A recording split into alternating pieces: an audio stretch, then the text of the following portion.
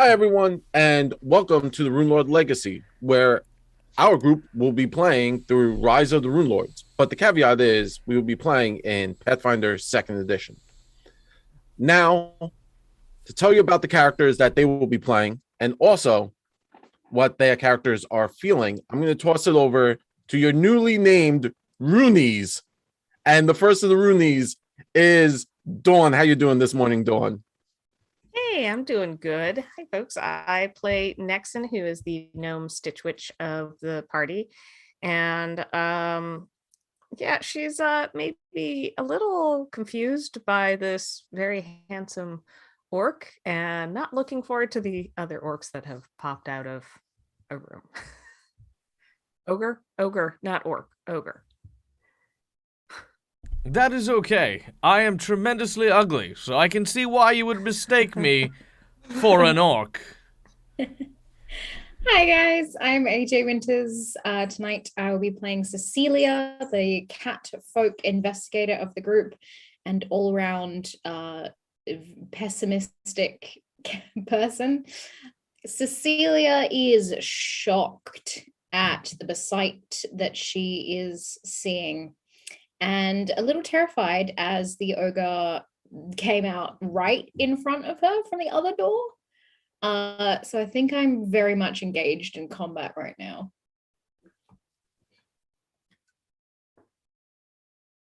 All right, I think it's my turn. Yeah. Hi, I'm Ari, and I'm playing Scarlet, the Elven Cleric Dominatrix. And so far, I've been trying to use my Dominatrix charm on Jacado, the sexy ogre, and we'll see how that pans out. And hey guys, my name's Michael. I'm the Deadly Gamer. I play Malvolo, the human inventor, and his puppet Kolodi, who is currently broken after he had his core removed. So Malvolo is busy. That's how he feels. He's just busy. I don't have time to wrestle with ogres. Okay, you know, I'm tinkering away. I'm doing my things. There's a handsome ogre over there, and there's these ugly ones over here. I mean, it's too much noise. That's where I'm at. That's fair enough. And obviously I'm the GM, right? Like that's what I do. I do the GM things. But sadly Becca isn't here. Becca is sitting out for today, but it's okay. She's here with us in spirit, and yeah, hopefully her character helps. We'll see how that plays out. But before we jump into it, I obviously want to thank our sponsors, Hero Forge, for the amazing miniatures and handsome ogres that we make. They're really cool, and you can see all the miniature characters we have set up next to our names. Actually, our host, Michael, got us all really cool miniatures, and I got a really cool one. He's pretty cool. I got a GM miniature. I've never had a GM miniature, and I'm happy. Thank you very much, Michael.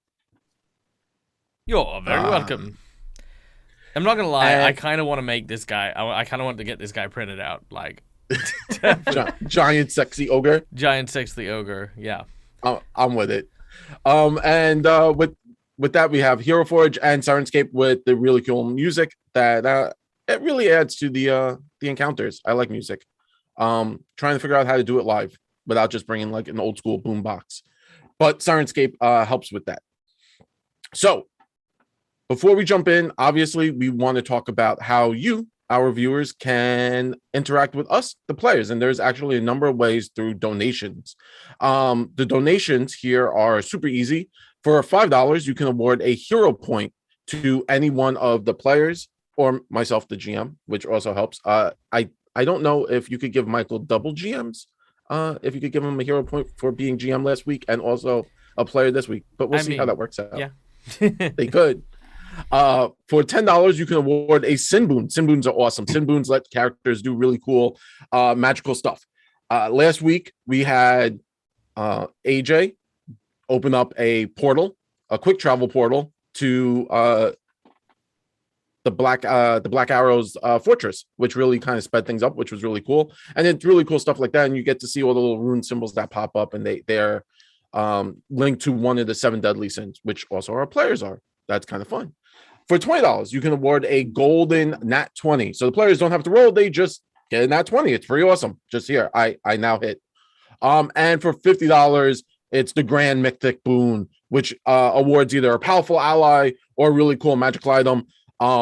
Really cool stuff happens when that gets into play, and it always changes the course of the game. And you will see under AJ, there's the little boss meter. When that hits max full, we have a little boss encounter that has not turned out terribly. Look, I love how you say little boss encounter, and each one has nearly like wiped us out so far. Yeah, it's just a tiny one though.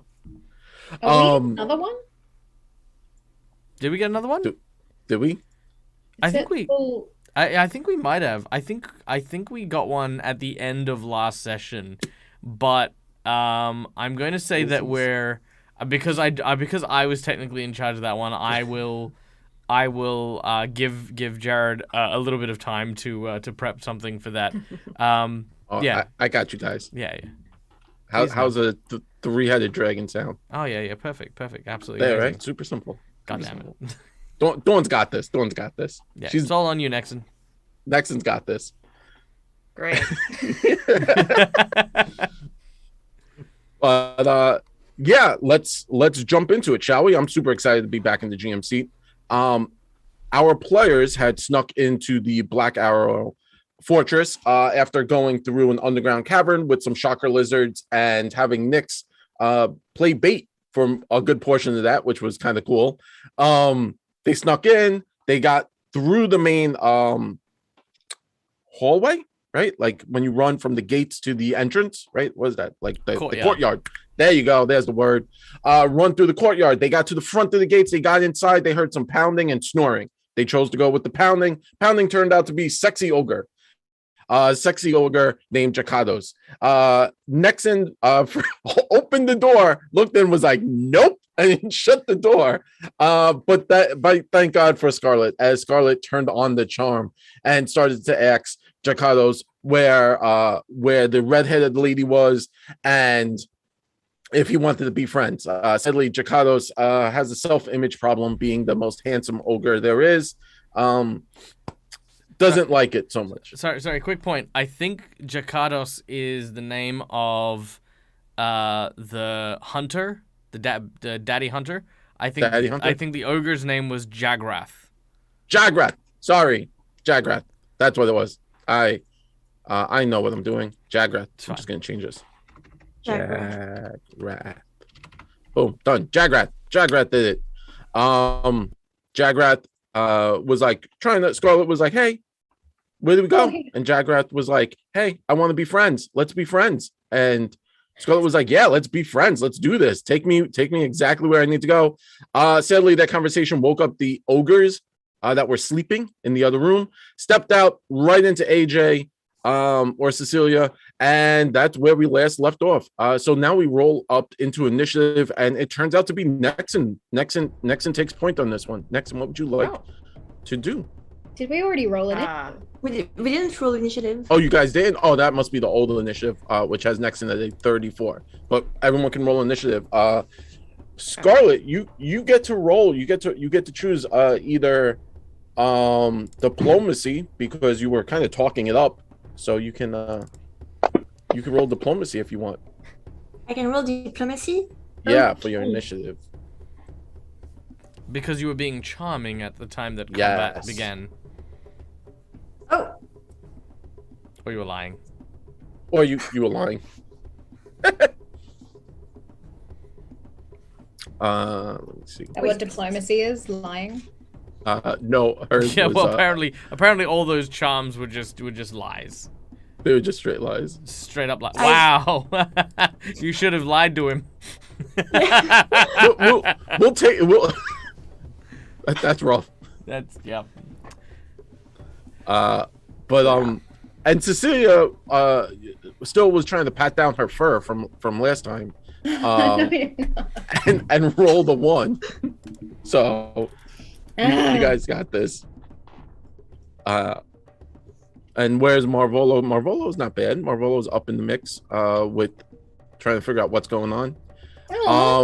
Look, Malvolo's in the middle. I've got a nice little 21 I'm not too high, I'm not too low, I'm just right. Also, there is a second hero point that has been given to Cecilia from Noria Rick. Thank you, Noria, you wonderful and amazing human. Thank you so much. That is going to absolutely help Necessary. out. Yes. Groovy. 100% That's definitely necessary. going. What did I do with the second token? What is? I know there's a token here. Nope. And There we'll it is.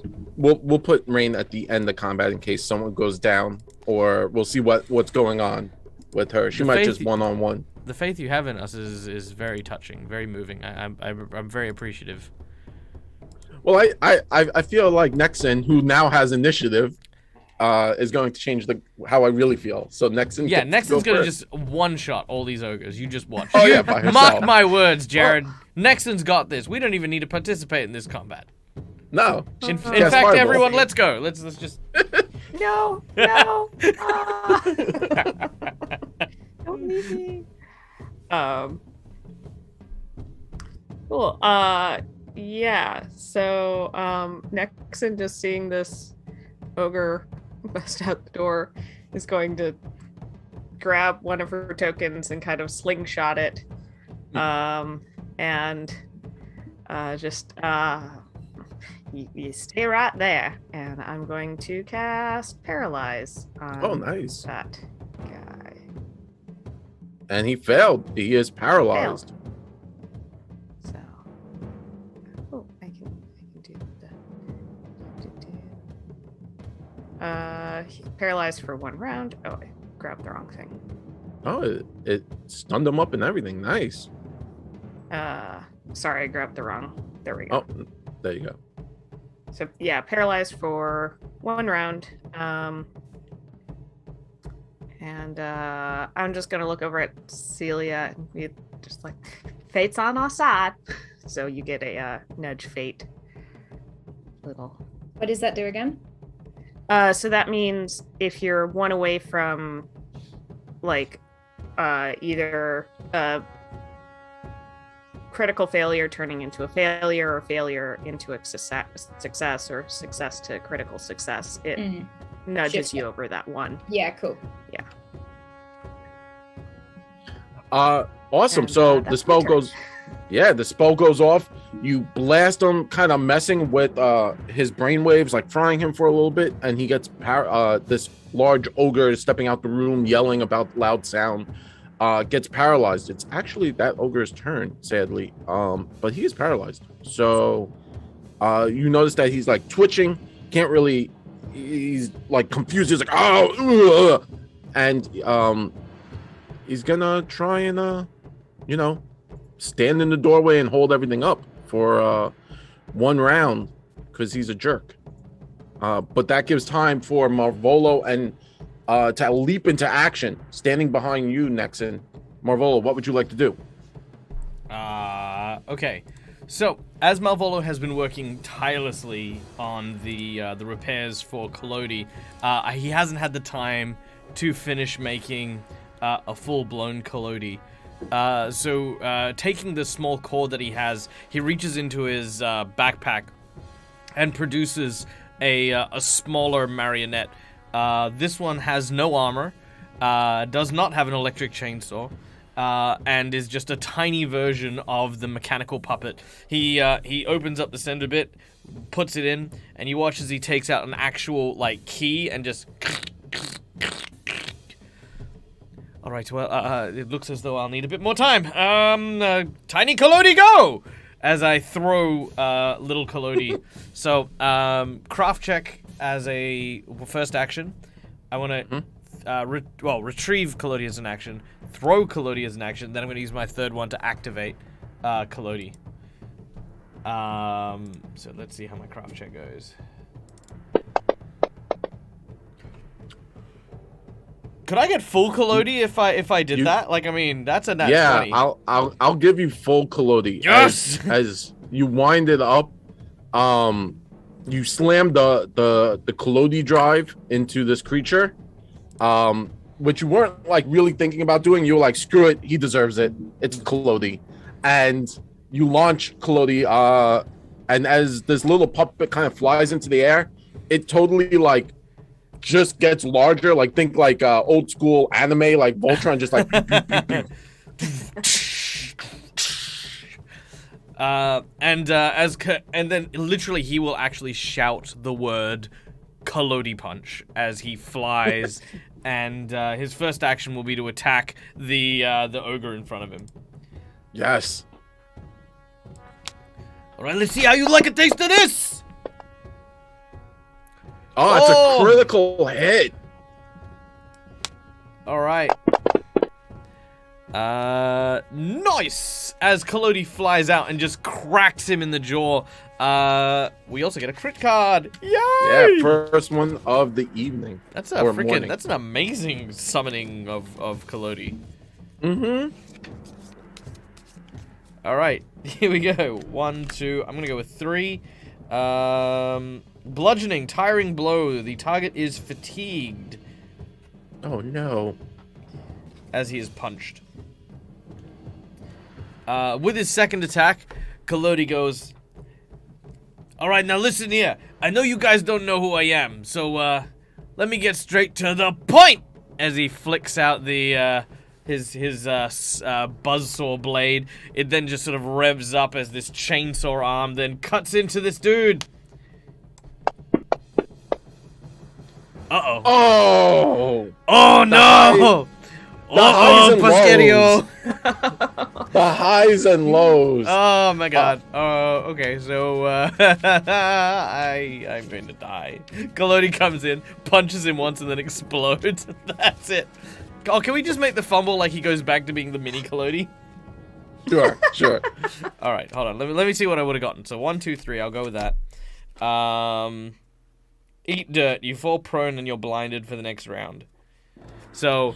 Yeah, so as Kalodi flies out in his full form, he punches the ogre, and then as he flicks out his chainsaw, the chainsaw just crumbles. It falls to pieces on the ground. He goes, okay, wait, just give me a sec. His arm then falls off. He's like, wait, I just need that. His leg falls off. He's like, what did you do to me? As he looks over at Malvolo, he's back to being short, and he's like, I said I wasn't finished. And that is the end of my turn, as this tiny Kalodi is just in disarray. It's a sad tiny Kalodi. Yep, sad tiny Kalodi. Specifically sad. Specifically sad. Yes. He gets some chalk out and he draws like just a sad frowny face. And a little tear. Little tear. So in the back, you can now hear after that first ogre kind of just took a wallop with the Kalodi punch. And Kalodi now being loud. In the back, you could hear one of the ogres stir and start to come forward to see what's going on, and is just pushing past. So it's going to spend 2 actions to kind of push past the ogre in the doorway. And now steps out, kind of overstepping everyone and not realizing really what's going on. And I'm going to shrink it a little bit so it's easier for everyone to see. Not realizing what's going on, spends 2 actions to kind of come out, pushing its way through, as they're normally very greasy creatures, kind of slips through and steps out and sees tiny Kalodi and Cecilia just standing there. And then it looks at Cecilia and goes to pet you and goes, pretty kitty. And it's going to try and, give you a nice pet. The tiny Kalodi looks over at Celia and says, "Okay, listen, don't get angry, okay? Because you could always be having my view." And you see this tiny Kalodi looking up at these enormous ogre butt cheeks. Like this. Yes.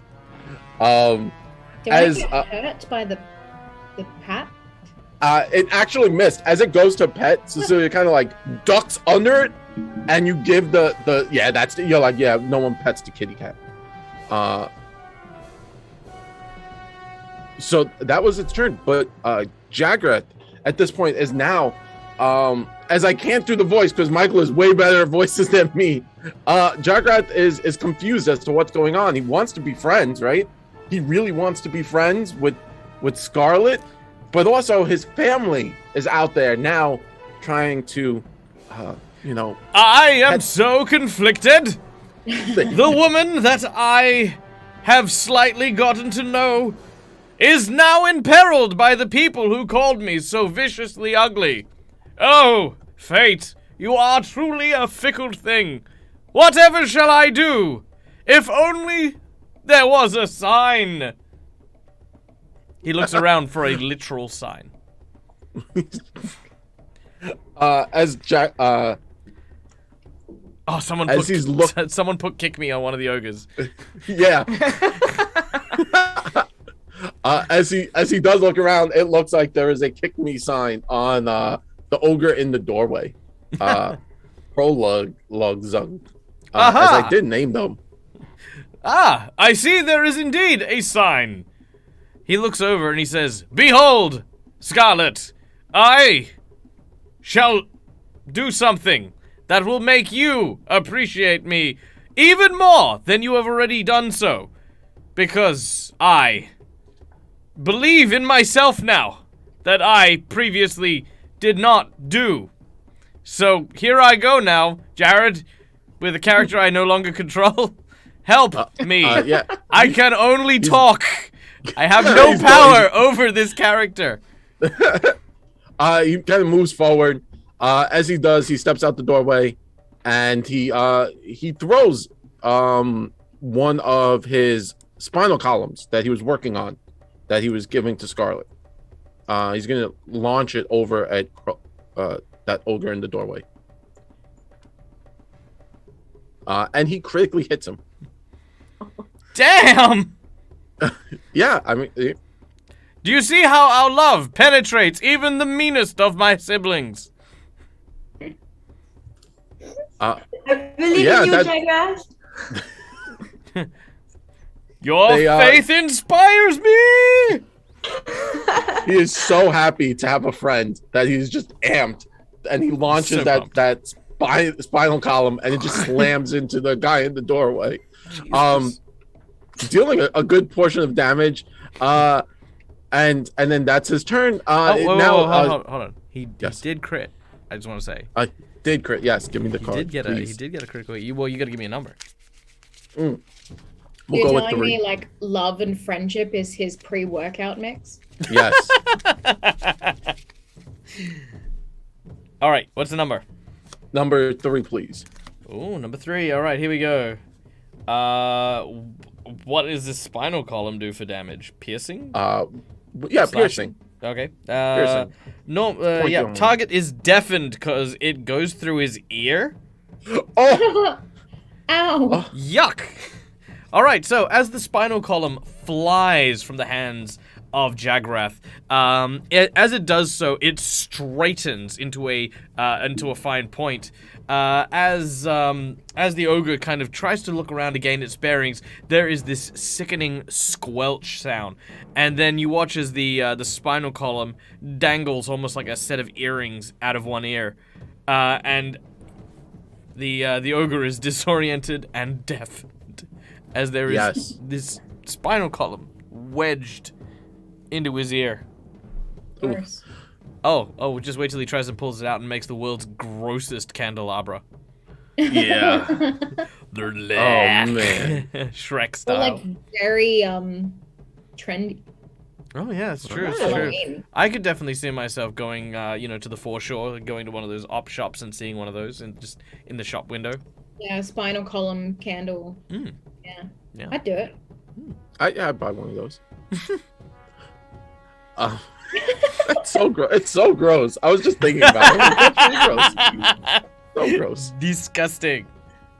But it's my ogre initiative, and blunt punch. That's blunt actually punch. blunt punch. Yeah. So,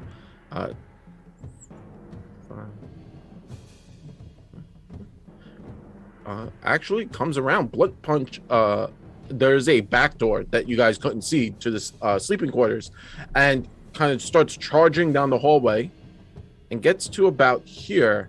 And now, Scarlet, you could see this ogre now like charging down the hall, dazed and confused. It's just angry. It's just a very angry. Brother, stop. This is not the way. These people, especially this one, are good, kind people. Also ignore the fact that I threw a spinal column at Krollodzud.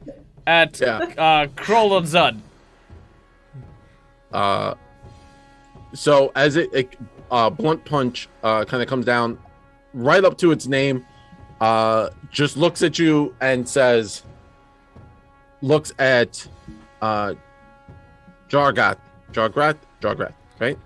Jagrath. And Jagrath, and says, you don't know what you talk about. They are all ugly like you. You stay with ugly friends. Oh, your wounds, the words they cut deep. My He's very feelings. blunt. He's just very blunt. That's his name. I take 12 precision damage. If blunt punch could, he would have vicious mockery, and he would have casted it. Sadly, he doesn't. He's not very sharp. No. The other ogre, blunt punch, being followed up by a companion following, but sadly was kind of like wrapped up in sheets and had to take an action to get out of the sheets to get up and get out. So it's Scarlet's turn. Scarlet, what would you like to do? I don't know. I'm hesitating. I think I want to run to the ogre that is paralyzed and use spiritual weapon and invoke 2 daggers and like stuck them in between the. Let's go with in the ears and On top of the spinal cord? Yes. So it goes further inside, like this, in both ears. Yes. Violent. Sure. So you magically summon some daggers, and they appear. Yeah. And they stab this poor ogre, who literally was just coming outside trying to figure out what's going on.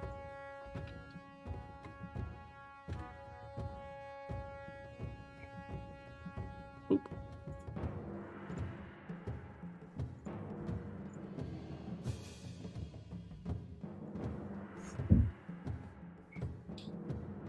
Wait, am I supposed to do something?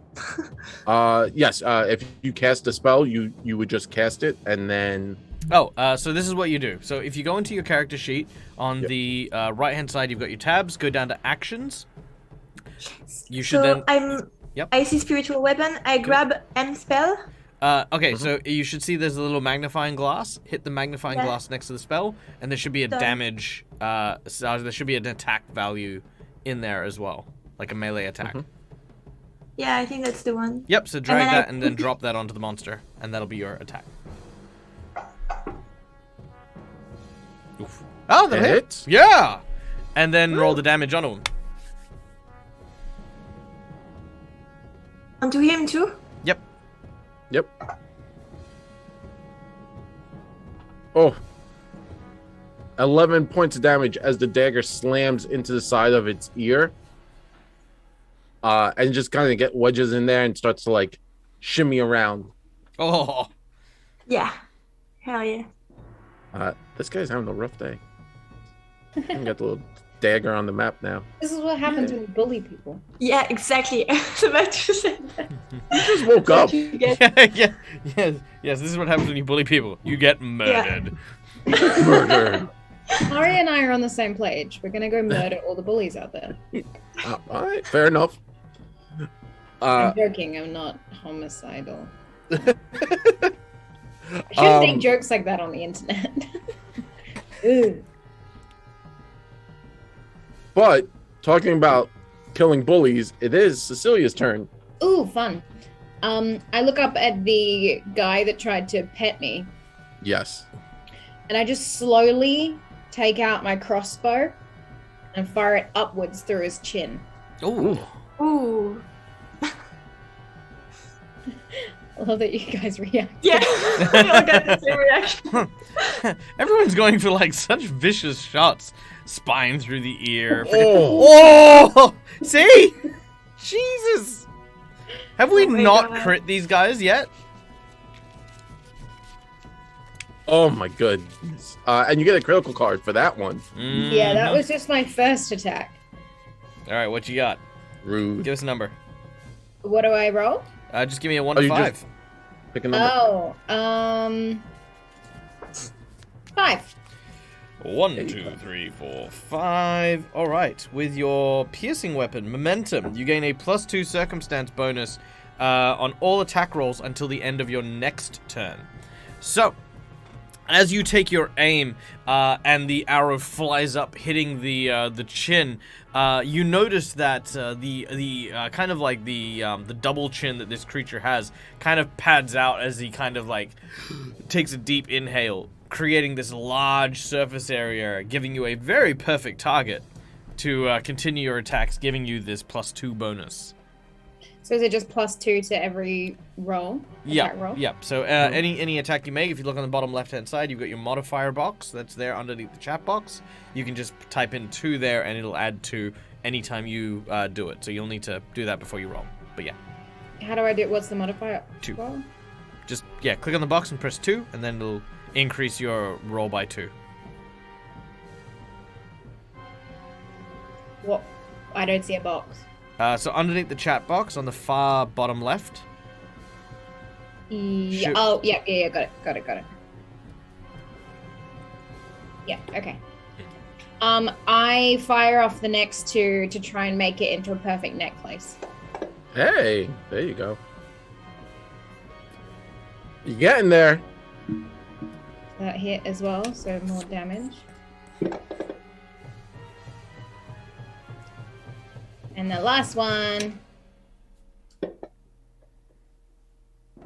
Ooh. Miss. Sit.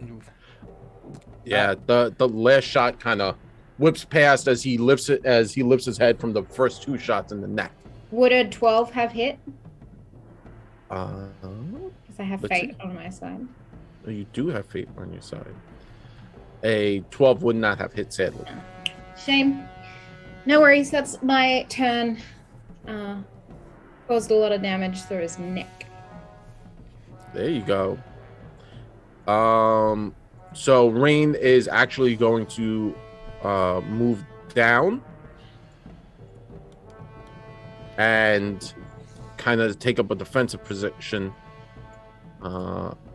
between like dealing with the other 2 that are coming up. And it is Nexon's go.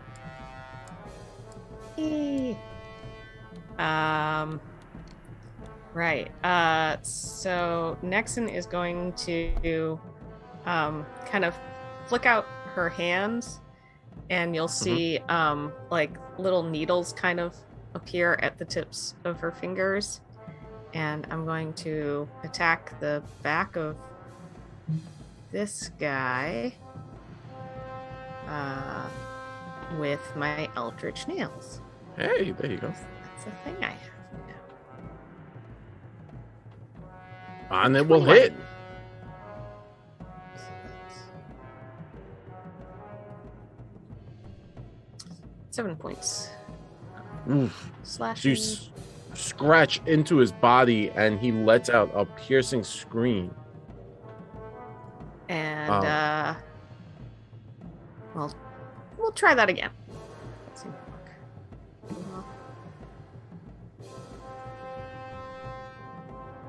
Another hit.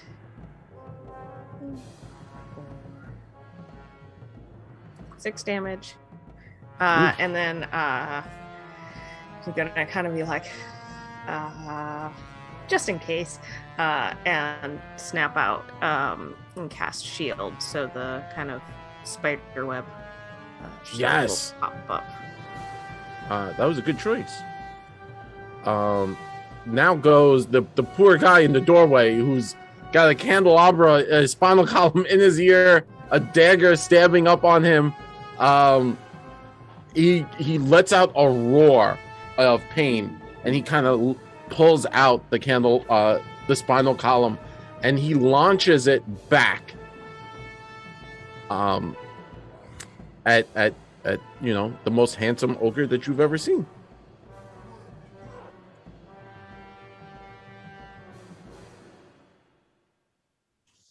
he's gonna hit. It's pretty powerful. And he's going to deal. Oop, there we go. Did that not roll?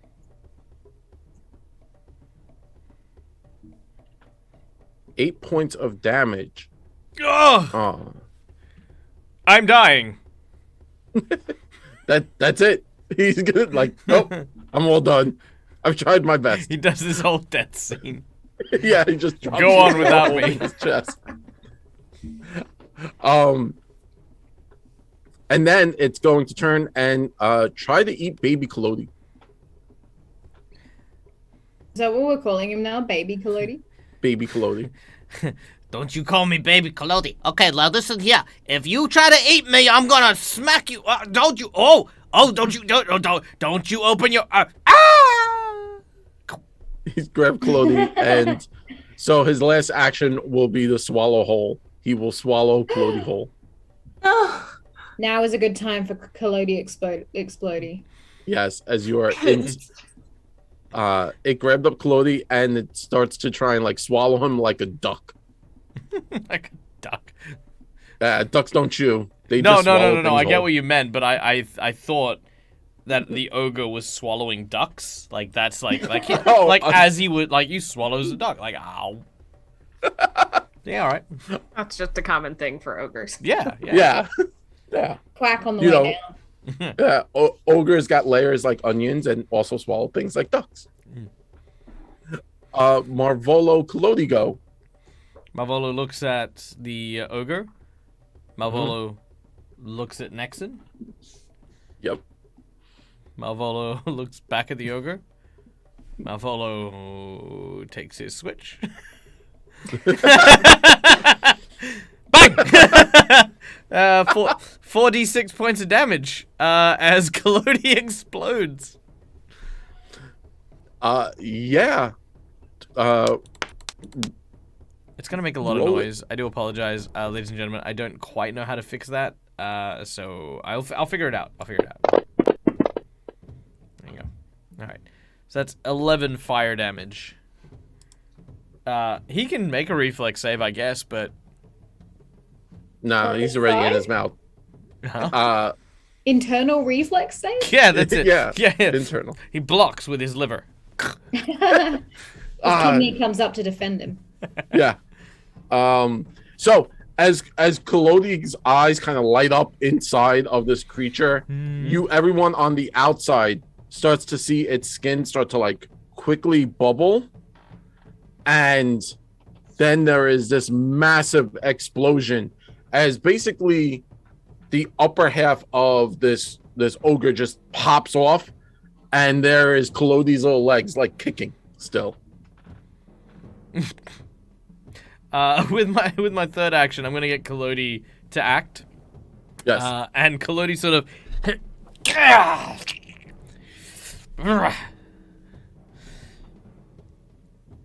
Okay. Just pictured the chest buster. Yeah. Yep.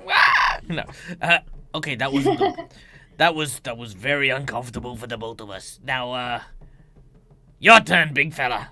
And I'm going to have Kalodi try and jump at the other ogre. Now, because he doesn't have his chainsaw, he's just going to use a regular attack. Take that, you. Schwam!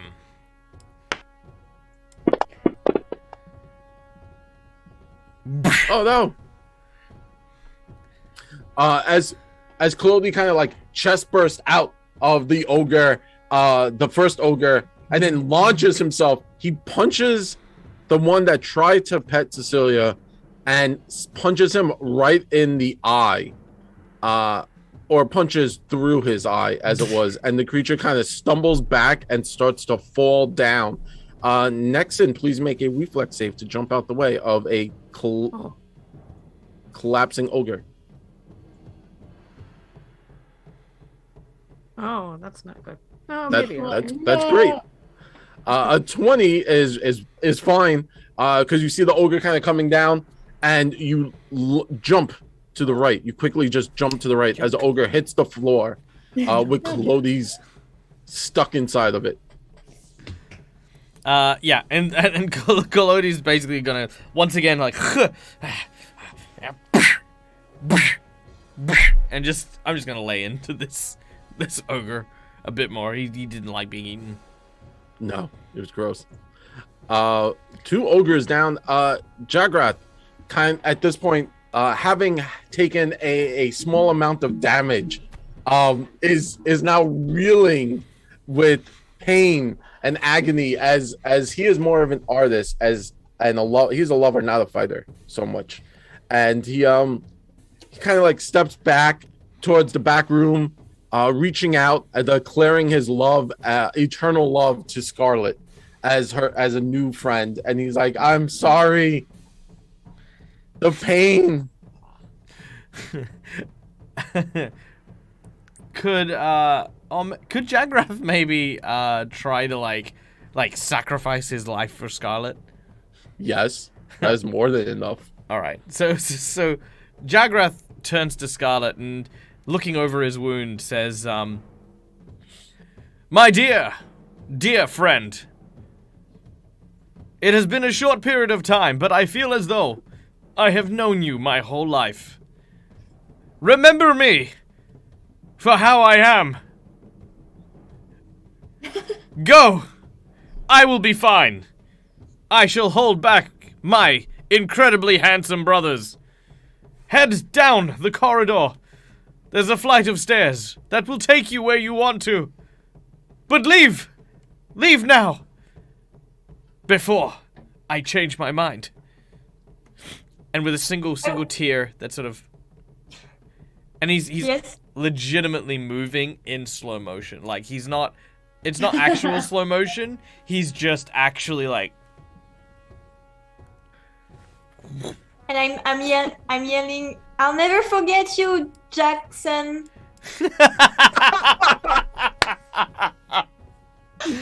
Oh, that poor dude. All right, yeah. Second tear appears as and he's gonna basically just try and block the passageway, and just basically just like put both hands up and just say, "You cannot pass, brother.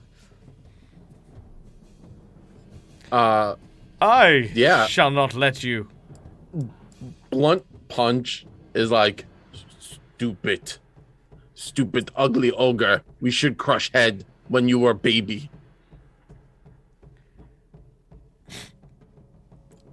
No, I will be strong. You cannot pass. And blunt punch is gonna Oh, that really hurts. Oh my god. He's just gonna start to punch bluntly into Jagrath.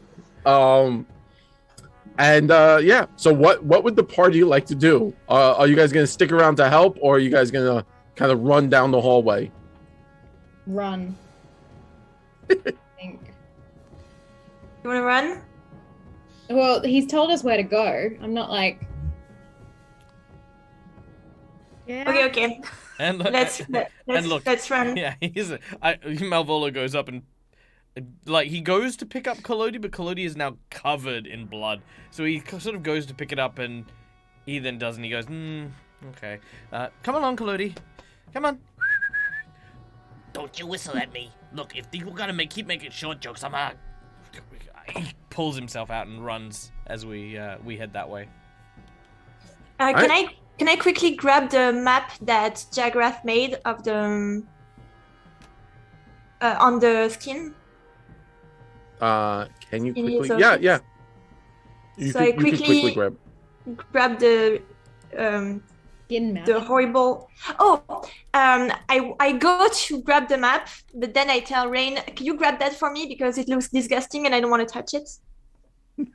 I'm gonna say Rain helps in grabbing said map.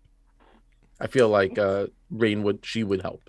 Yeah, she's nice. All right. So what happens to Jagrath? Jagrath gets beaten by Grog and Blunt Punch, and you could just hear the meaty hits as now it becomes a 2-on-1, and Jagrath is just professing his love, his unending love for his new friends, as he is just being severely beaten down there, but giving you enough time to run down the hallway. As you make your way down the hallway, you do see a flight of stairs descending. But then there is, as you kind of run to the end, Marvolo notices is the first to notice the flight of stairs descending, followed by Nexon and Baby Kalodi. As you kind of all come to that corner of the fort, Rain points at the map and also shows that there is another set of stairs behind the doors. Oh. Let's just, I'm going to Rain. I see, but let's just go with what Jackson told us. Okay. So the group is going to quickly start to descend the staircase. And I have to send everyone the new map because everyone's now descending the staircase even deeper into the fort. As you start to go down the stairs, let me remove these characters. You start to notice a pungent aroma.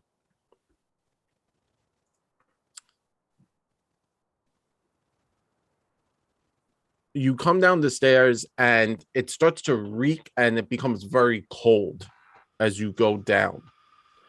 The aroma you smell is a copper, almost bitter smell. You come down the flight of stairs and you do see a single doorway to your right.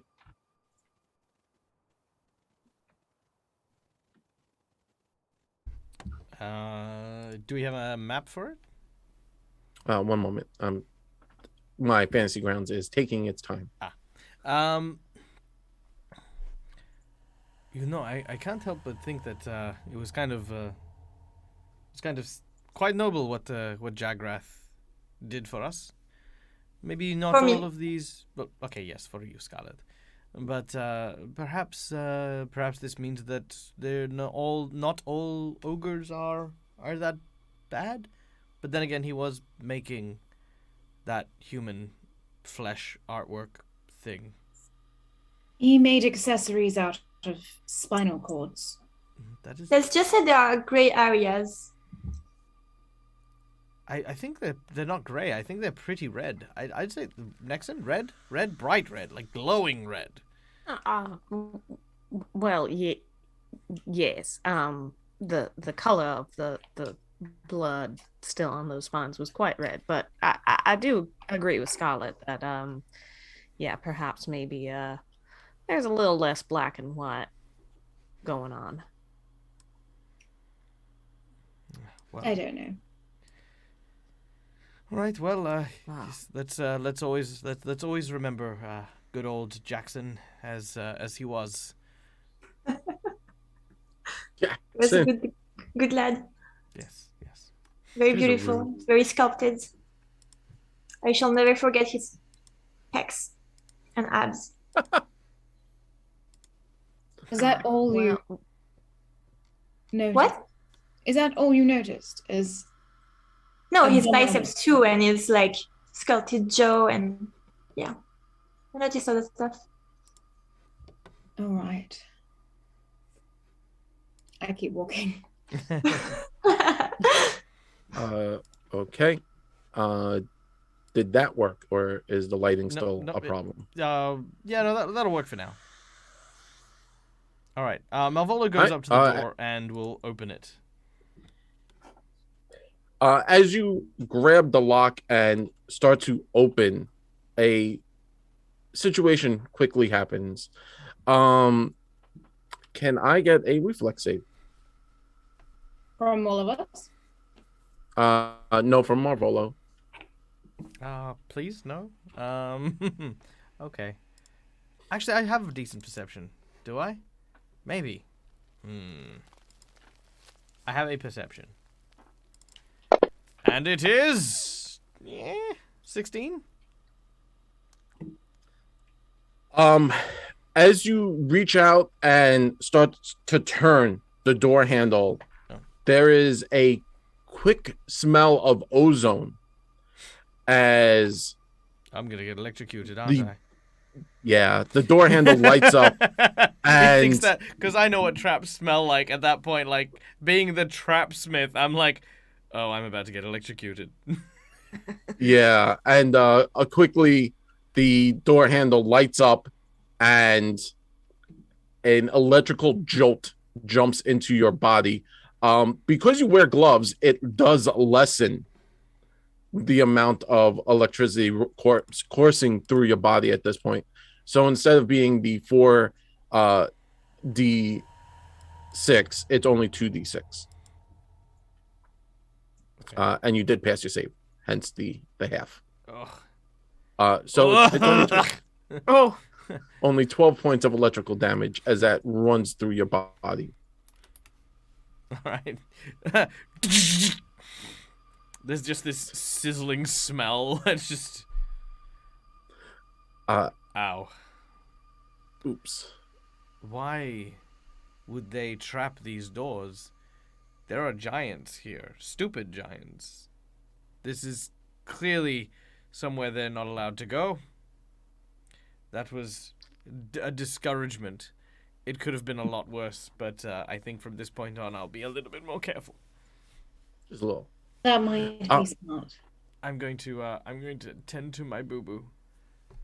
You tend to your boo boo. You know the deal. I'm gonna take a 10, get a really high number, and then roll 48 anyway. And I'm gonna heal all. Oh, I'm almost gonna heal all my damage. All the damage. As you kind of like hold your hand on the door, now like kind of stopping and tending to your ouchie. You're like, huh, that was again very, very strange. Can everyone make a perception check, please? Yes, sir. Perception. Actually, Scarlet, you're gonna get a +1, which actually gets you to a 30. Someone roll Cecilia. Yeah. Oh. Yeah. The two 30s. Okay, so this is what happens. Cecilia, yours is a little different than Scarlet's, right? So Cecilia, as you get down there, you notice that you come down the stairs, and where everything's kind of like dirty and messy, down here it's very clean. Looks like someone swept up the bottom of the stairwell, and has like cleaned this area. You notice the door is actually in better condition than most of the other doors in this area. As you look around, it's strange. It's almost very clean down here compared to the mess you saw upstairs. Scarlet, for your perception, what you do notice is a very faint smell of perfume that maybe a woman would be wearing, a little different than the heavier musk of a male scented cologne.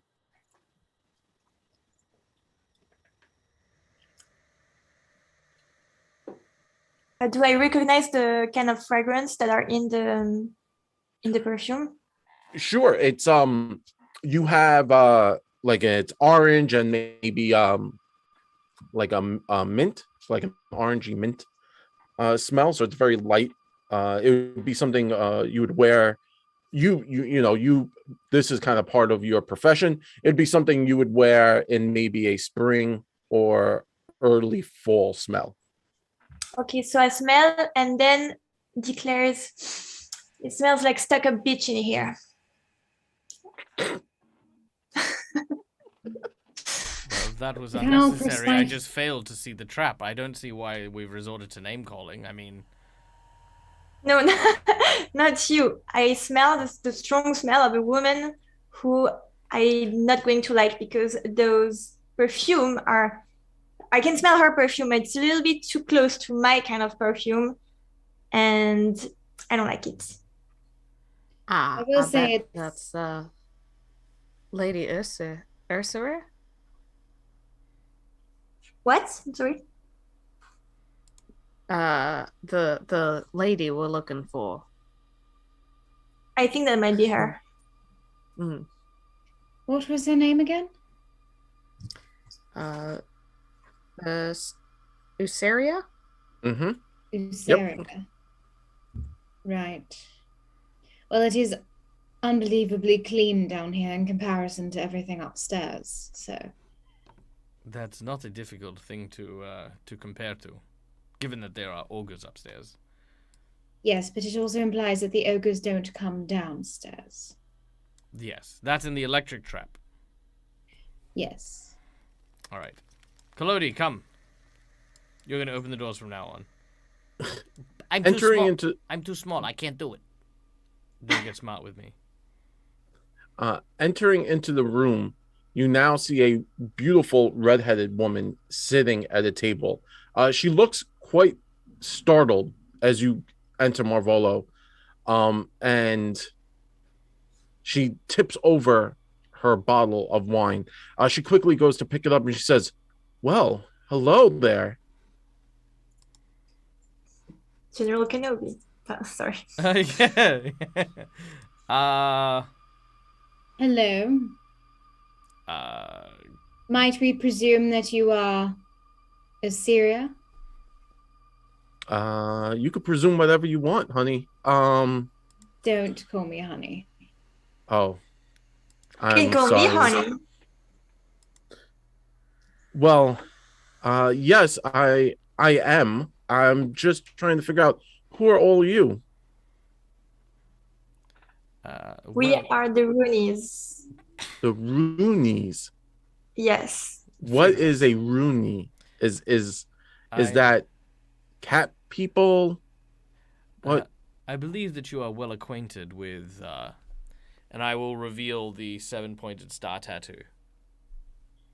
The moment you do that, she kind of stands at her feet, bringing with her chalice.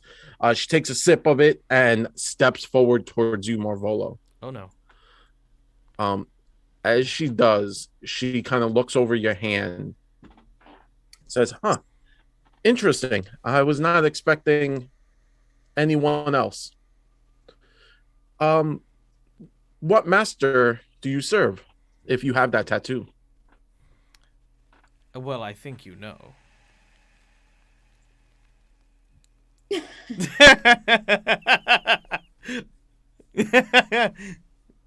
And I'm wearing a mask, okay? She can't read my face, okay? No, she can't. Good. She says, "Oh, a man of mystery, huh? I see. Well then, what brings you to my humble abode?"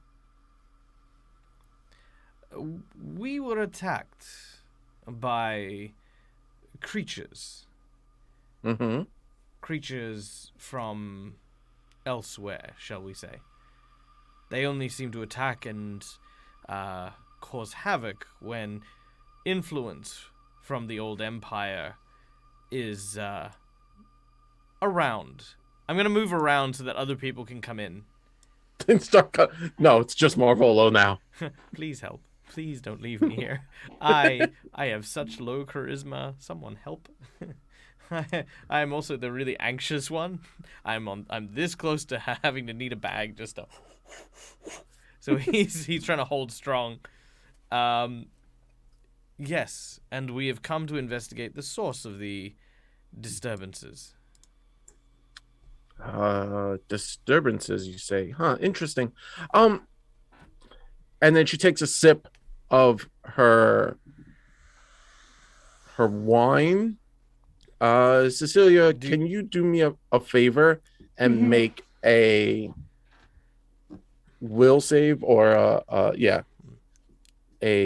actually fortitude. Yeah, it would be closer to your fortitude. I'll also have Malvolo say, is it your custom to not offer guests wine? Well, I have a special blend. Okay. There you go, Cecilia. Yeah. A sudden urge comes upon you, Cecilia, very quickly as you step into the room. You've smelled this smell before, and it speaks to a much more primal aspect of yourself. And you could feel something boiling up inside of you. You now repress it but that's only come from years of being forced to repress this aspect of yourself. As Marvolo asks for wine, she says, well, I think this is a special blend. I can go get some more for you. You definitely wouldn't like what I am drinking right now. And she starts to head towards the door behind her. She says, don't worry, I will be quick. Just give me one moment. I apologize. I was not expecting guests. And then she kind of heads to the door right next to you, I Cecilia. stop her. Mhm. I take her chalice and I take a sip. As you reach out and grab the chalice and you take a sip, it is a very special blend. It is deep red irony. But for anyone else, it would not taste good. But for you, it is exquisite. Very rare.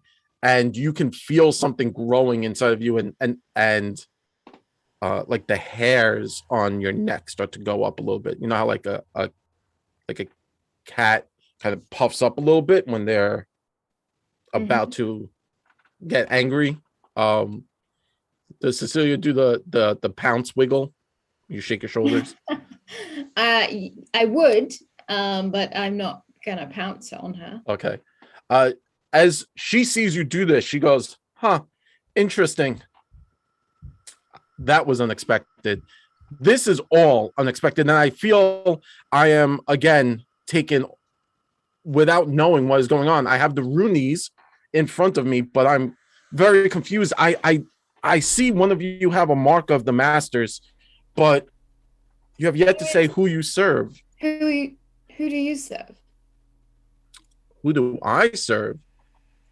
Well, I don't know if you would know their name. It has been lost for a very long time. Go on. Maybe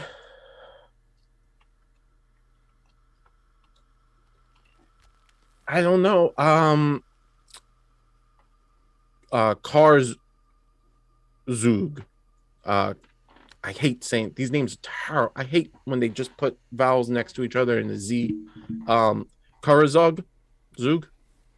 I say Kazog. Karzog. There you go. Karzog. Karazag. Mm-hmm. Do I know who that is? Ooh. Yeah, we would all have to.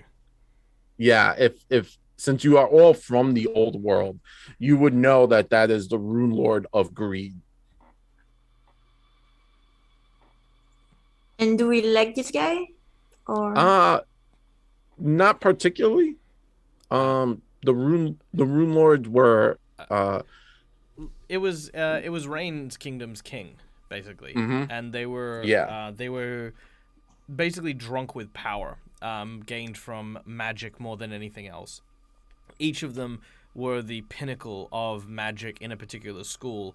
Kazog and his kingdom was built off transmutation magic, false wealth, as they would transmute lead into gold and basically just buy everything and stuff like that. It was almost like fake opulence. For Pride, which is where Cecilia is from, there was a very big rivalry between Greed and Pride, and the biggest enemy of that was Wrath. And Greed and Wrath was like cats and dogs, just did not get on. As for everyone else, Lust kind of got on with everyone, so the kingdoms didn't really have any problems from them. Envy didn't really have friends, but they didn't really have enemies either. And Sloth, likewise, same with, they were kind of just in the middle. They're Sloth. Yeah. Interesting. Yes. Well, I mean, it seems that we were meant to run into you as we're probably tracking down similar things that you're here for. Interesting. And what would those happen to be, if you don't mind me asking? Have you come into contact with anyone else with the markings?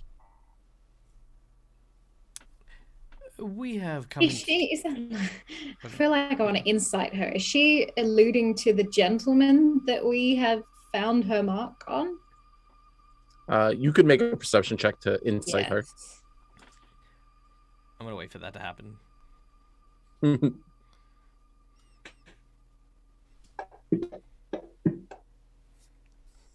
28.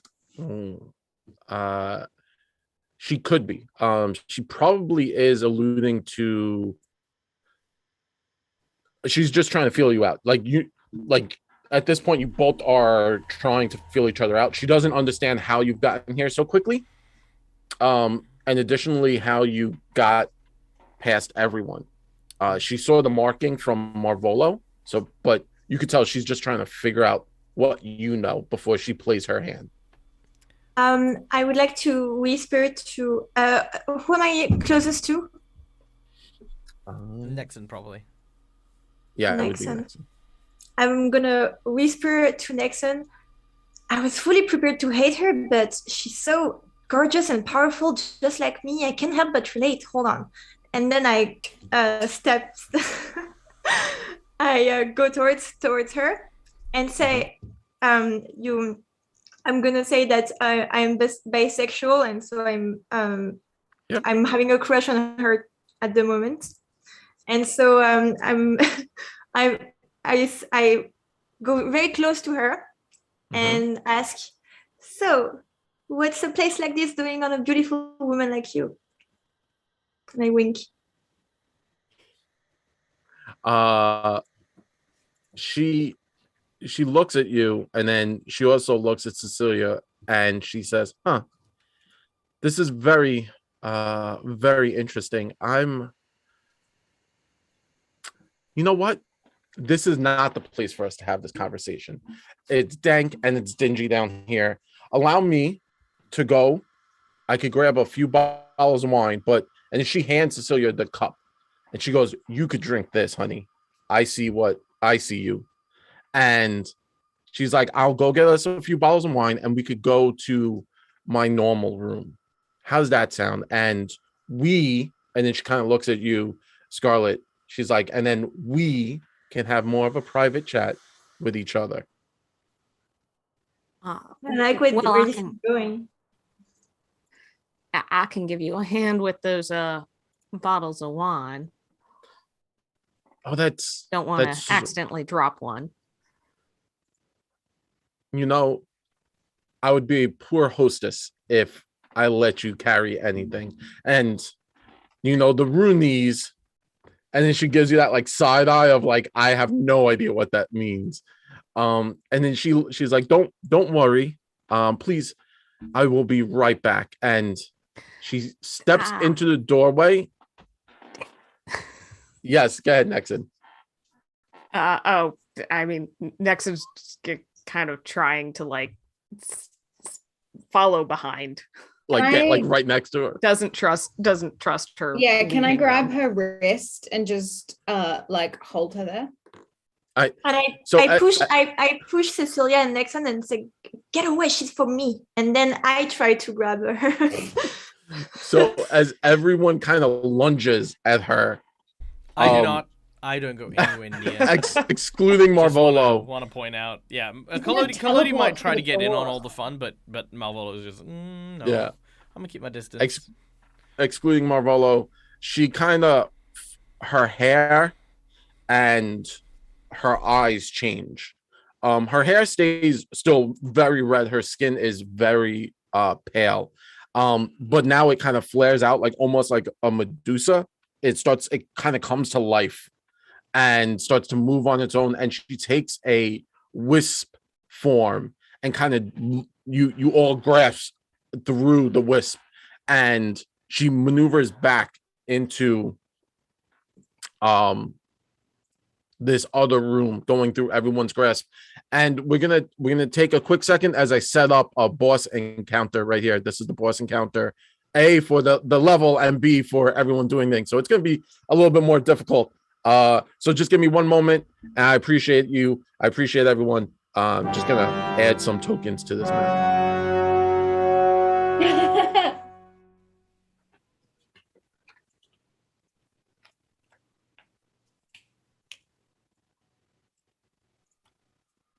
So go so ahead and real quick, are we taking a moment or are we going to break? Because we can go to break. we could go to break. Go to break. Yeah. Yeah, let's go to break. Okay, so ladies and gentlemen, we Let's will do be the break. back in about 5 or 10.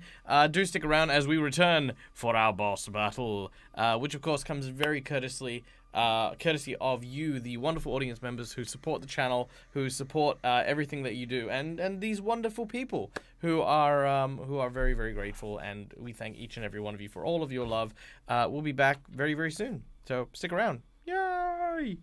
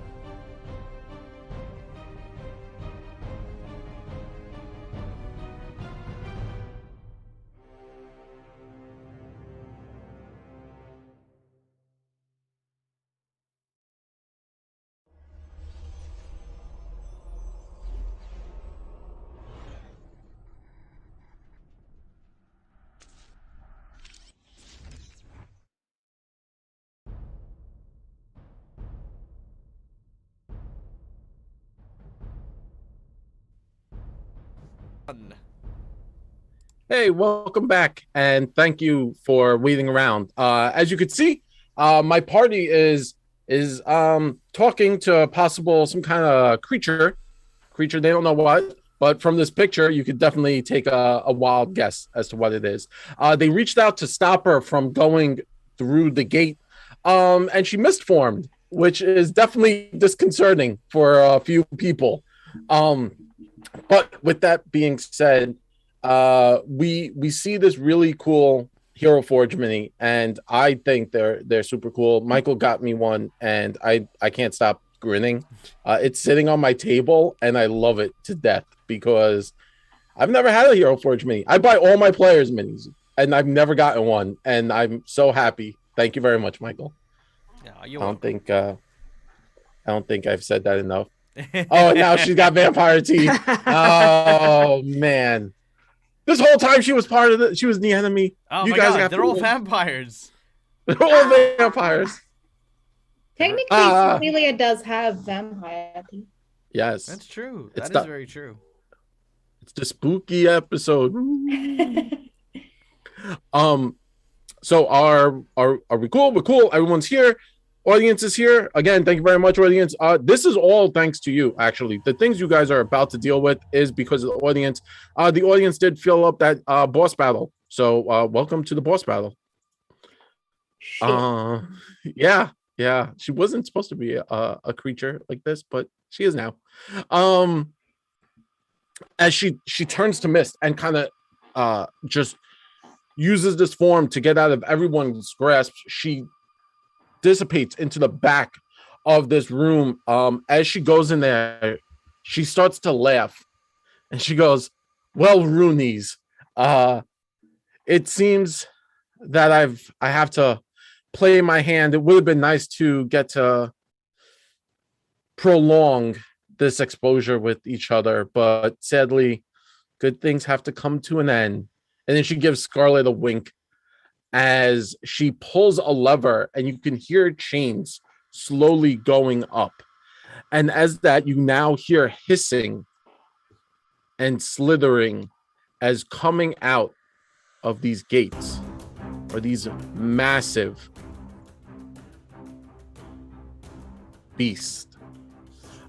Snake, in more or less snakes in appearance, but their skin is almost a ivory white. And as they kind of come out, you can hear them hissing and flicking their tongues. Please, everyone, roll initiative because we're just gonna do combat. You'll have to share the lighting on the. Oh, stupid lighting! Why are we here?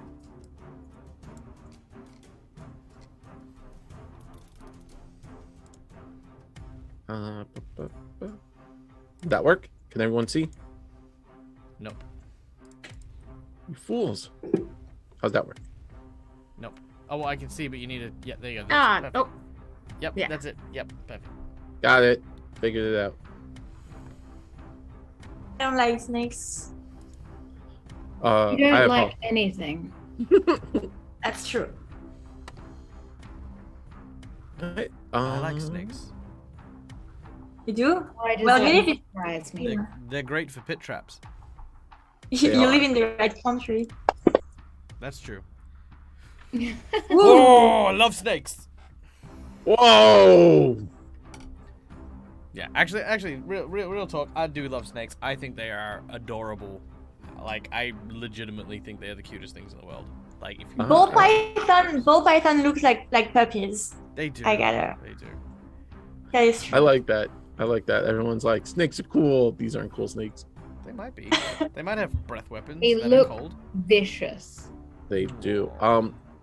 So she kind of retreats to the back, pulling the lever and allowing her babies to come out, as she calls them. So they all kind of step forward, but you guys don't have to worry about that. It is the Marvolo Collodi show. What would the two of you like to do? Explode! Do I have to? Okay.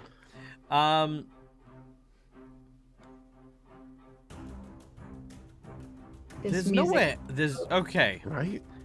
So I'd like to take a moment player-wise Yeah. to talk to my fellow players.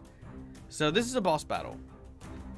There is a potential way we could just win this from this round and this point, if you would like to. But the question is it would make for a very boring fight. Is it something you guys want to try, or do you guys want to chew this out? What is it?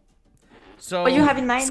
So I could throw Collodi in and just lock the door and just keep exploding him until there's nothing in there anymore. Is there no way for her to escape? That's not very smart. Looking at the door, looking through the door into the room, there is nowhere for her to go. And even if Collodi goes down and falls unconscious, I can keep blowing up his body. Yeah, go for it. No, but shouldn't we keep her alive? That is the question. Just because you have a crush on her. I mean, I kind of agree that maybe we should keep her alive to find Okay. out some info. All right, Yeah. very well. I mean, like I said, I wanted to put it out there because I'm definitely on the kill wagon, but you know, I'm gonna defer to the group before I decide. Like that's what we're gonna do, because you know, if I lock that door's not opening anymore. All right, so first action, I'm gonna instruct Collodi to take his action. So that's my first action. Mhm. He will move 5, 10, 15, 20, 25 to here. And then little Collodi will look around and he will say, "Snakes. Why did it have to be snakes?" Yes. And Collodi is going to, with his second action, attempt to grapple one of the snakes. Mm-hmm. All right, so that is a athletics check. Yep. Against the DC Versus 10 plus the their- fortitude. yes. So they have a 25. 25. Ugh, that's awful. I couldn't have made that even if I got a nat 20. Well, I would have made it with a nat 20, but that's fine. What is Alright. that, 20? Yeah. Next one action, I'm going to just try and punch this one in the face. No. Take that, Cobra. And I will miss. And with my third action, I will try to kick it in the face. Take this, Cobra. And I will miss as well. So there's a lot of flailing from a very small Collodi. I'm imagining that they're just like lifting their heads just out of range. Rise off, giving me the reroll. Thank you so much. I'm gonna take that reroll if that's okay. Jared. Do it. I'm Do gonna- it. Oh, and I got no damsel gave me a reroll as well. Yay! Oh, there you go. All right, That will hit. that is one hit, and I'll see if that second reroll will also hit. Let's see. Ooh, nah, no. Oh, so It's a close. little too much. Actually, sorry. Could I do that reroll on the grapple instead? I mean, it'll only hit on a nat 20, but I feel like I may as well. Yeah. Okay, here we go. Why are you doing MMA on a cobra? Because. I am taken aback by this. Okay. Oh, McBluff, you made me giggle. All right. I only hit it once. Okay, I only hit it once. So Cobra takes 13 damage as I whap it in the head. And then with my remaining 2 actions on Malvolo, I look at Nexon. I look at the switch. Boop! Reflex save for all 3 Cobras as Explodey Collodi! And I feel like I have a thing now, do I? I do. Here we go. Wait. Yeah. Beautiful. Hey. Nice. All right. That's Ready? brilliant. I don't think that's enough for that one. That will be enough for that one. Oh, I rolled the same guy twice. Stupid. Well, that was number 2. And number 3. Yes. All right. Now, Jared, I did in the break happen to check my copy that is now out of Guns and Gears and found out that the damage I was doing was sorely underneath what I should be doing for my explosion. Yes. I know I started with the regular one. Do you want me to continue, or can I? No, because we're gonna upgrade it anyway. When Fantasy Grounds upgrades the book, so it would happen anyway. Excellent. Then I deal 76 points of damage, which is 27 damage, which is halved on both of the other 2 snakes, which goes down to 13. So 1 and 2 take 13, and then number 3 takes... 1 takes 27, then 2 and 3 take 13. Yes. And we also got a plot twist from our dear friend Rykon, which I will fill us in. What is a plot twist? A plot twist is a random plot twist drawn from a deck of cards that secretly then gets given to Jared, and Jared must insert that plot twist at some point or another during the course of the game today. Rykon does get to choose from erratic behavior or road most traveled. So you may pick one of those 2, and then Jared will have to figure out what to do with it. And then we'll figure that one out. I kind of want to wrap it. All right, but that's my turn. I'm done. That is your turn. Scarlet, you may go. What would you like to do, Scarlet? I would like to use my whip and slither it on the ground, just kind of like a snake. Okay. And try and captivate the snake's attention, and then crack it and use sound burst. Okay, yeah. Sorry. Sound burst is a really cool spell. Yeah. I'm excited for it. I mean, not really, but we'll just lie. 10 foot. So it's 30 feet from you. So it's a burst. Each creature takes half. So I have to. It's a fortitude saving throw. So we'll just have to roll that on these enemies.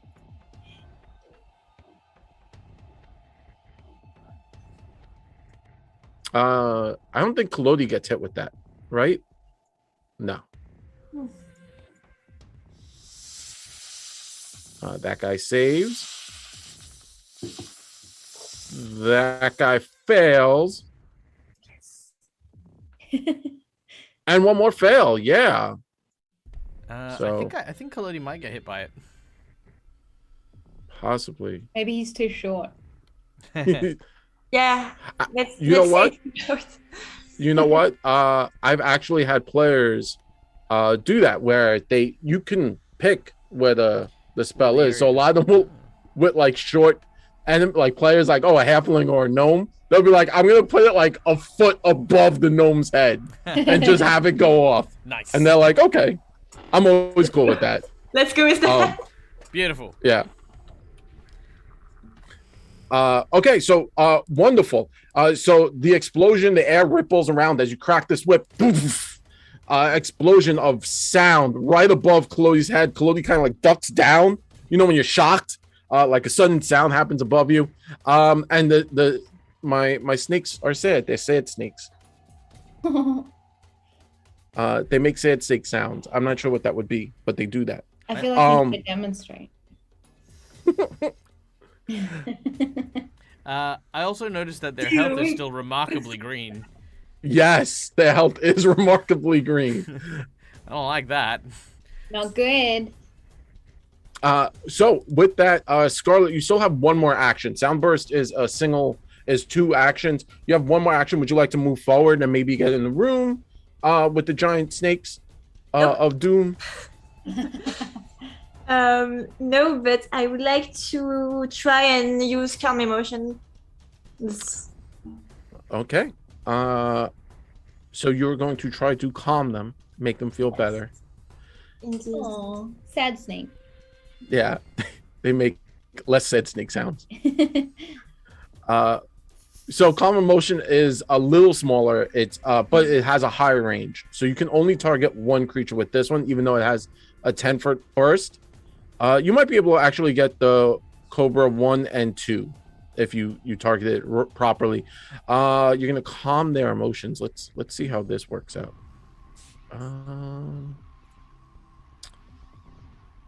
Forcibly calm creatures in an area, soothing them. Okay, so you forcibly do it. I know some spells are like you can't do it unless they're friends. That guy fails. And that one fails. So they go from extraordinarily hostile to a little less hostile, probably a lot less hostile. So they calming urges imposes a -1 penalty to their attack rolls, and this is up for 1 minute. So now my snake goes. Go snake, go. But sadly he's been calmed, so he has a -1 to all of its attacks.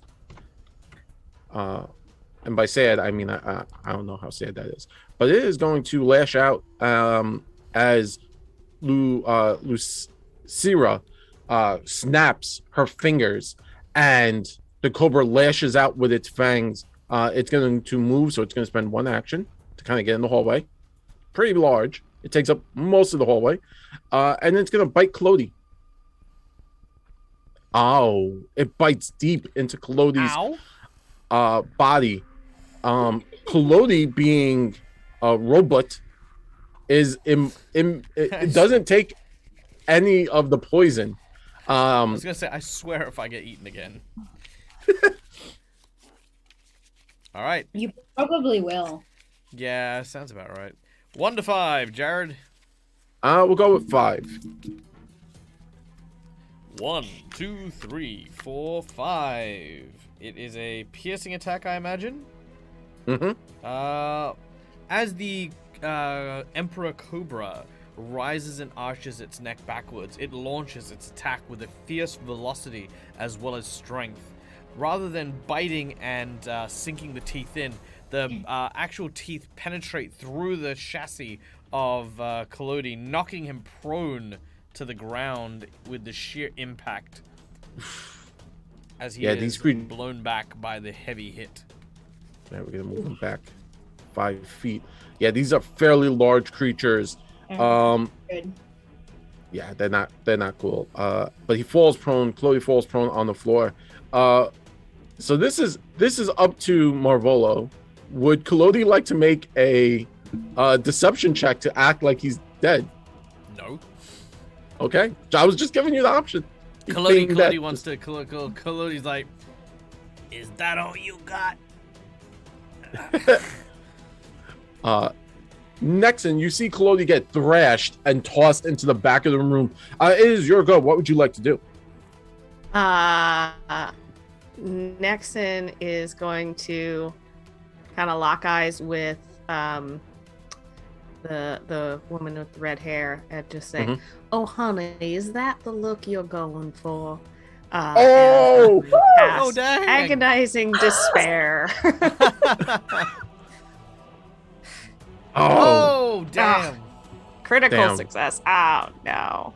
She mocks you. She goes, "Oh, I've been around this block quite some time. You don't."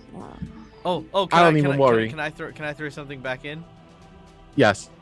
Well, darling, at least my clothes don't look like I made them. Oh. Bam. Dead. Oh wait, there's a reroll. There's a reroll that's come in from Rycon. Oh, all So right. She'll need to reroll the saving throw on that one. Damn. I have my burn. Jared, you doing that, or do you want me to I got it. roll this again? Okay. So I'm sorry. That is a which save was it? I'm sorry.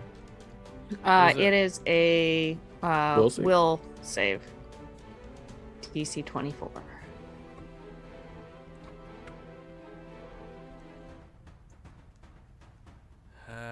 Yeah. Oh, it was somehow better. Even better. Yeah. No. Yep. I wasted a perfectly good nat 20. There you go. Yep. But you still have one more turn, Nexon. Yeah, Nexon's just gonna very angry, frustrated, just pull out her sling and I guess the big snake's kind of in the way. I mean, you're level 8. I would say you could shoot around the snake. You've been doing this for quite some time, Nexon. Okay, yeah, she's gonna try and just hit her with the halfling. Probably not. Hit Yeah. me with your best shot. There you go. Yeah. You fire off, and then she kind of like moves a little bit, and her hair flows in the air like as if it's underwater. And then she ducks out the way of your slingshot. Oh, another reroll. Oh, they're giving it to you, Nexon. They really want you to win. All right. Let's try something better. Aha! It hits. There it is. All right. Woo! Not a ton of damage, but 3 points of damage. take that. And the Fates have a line, and it actually ricocheted off the back of the wall and just pegs her in the back of the head. And she's like, oh! Did you just throw a rock at me? Like, what are you doing? Rude. Who throws a shoe? Honestly. My snakes go. Let's see what they're gonna do. They're gonna. So Kalodi's on the floor, probably less of a threat than they would think. Oh, that's what you think. I'm a bigger threat down here. They are going. I don't even think. Yeah, it's kind of like stuck in there. Let me see. Gonna move up,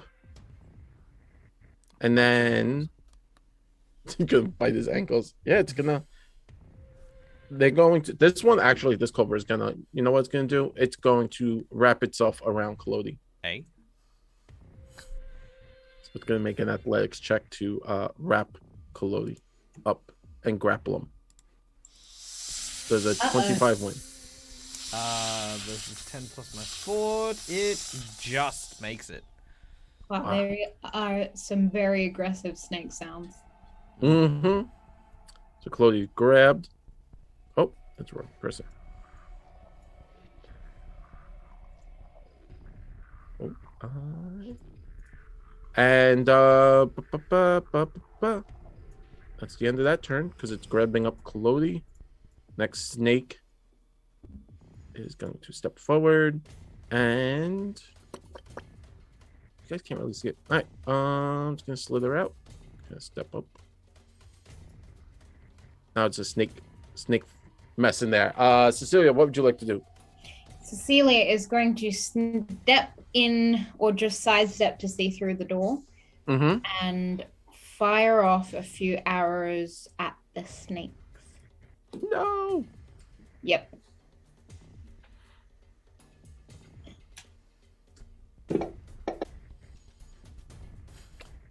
That is a critical hit.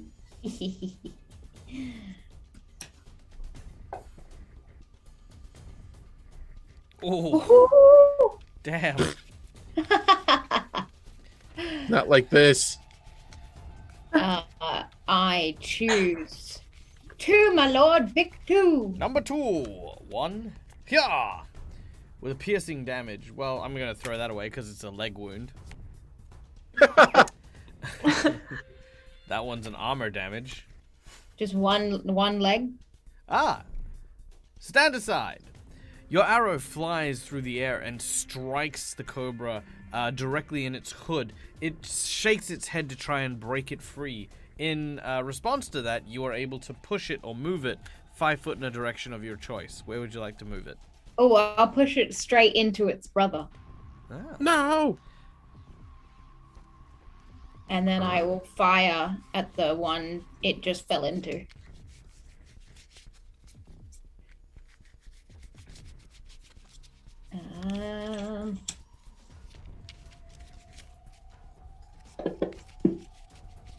Oh! Whoa. Do not change anything about that crossbow bolt. I don't know what is happening. Clearly, you're beginning your training as a ranger. Yeah. Yes. I'm going to hit that one again. The one in the red with the last arrow. Oh. Nah. That is a critical miss on that one. Yes. Unfortunately. All right. And then I'm going to step back from line of sight. Well, give us a number for your crit fumble. Oh, 4. Oh, and I got a Oh, reroll. you got a reroll. I'll hang on to the number 4 though. Okay. Yeah, I love the audience. They're like, no, this Yeah. is their chance. Rykon is definitely on side with the team. Well, Oh yes. That is somehow a worse critical fumble. yeah. Sorry. But appreciated nonetheless. Yes, All right. you guys are amazing. Tunnel vision. As your aim, as you fired, for those of you who have never fired a crossbow before, doing so is quite the physical exertion, especially to launch 3 bolts within a 6-second span. Your breathing starts to hasten, and as it does so, you start to see these small specks in your eyes as you start to fade and lose that oxygen. You gain tunnel vision. For 3 rounds, you gain a bonus +1 to attack rolls, but you are flat-footed for those same 3 rounds. Hey, that's What is not flat-footed? Flat-footed is a -2 to your AC. Plus, Okay. if the creature has precision damage, it will be able to do that precision damage to you. Okay. Mm-hmm. Then I'm just gonna sidestep some out of the view. Oh, I already done that. There you go. Yep. And that is Right. my turn. As Lucretia, Lucretia. I can't read properly. Lucretia, is in the back. She makes eye contact with you, Scarlet, and she starts to hum a little bit, and then you hear a whisper in your ear,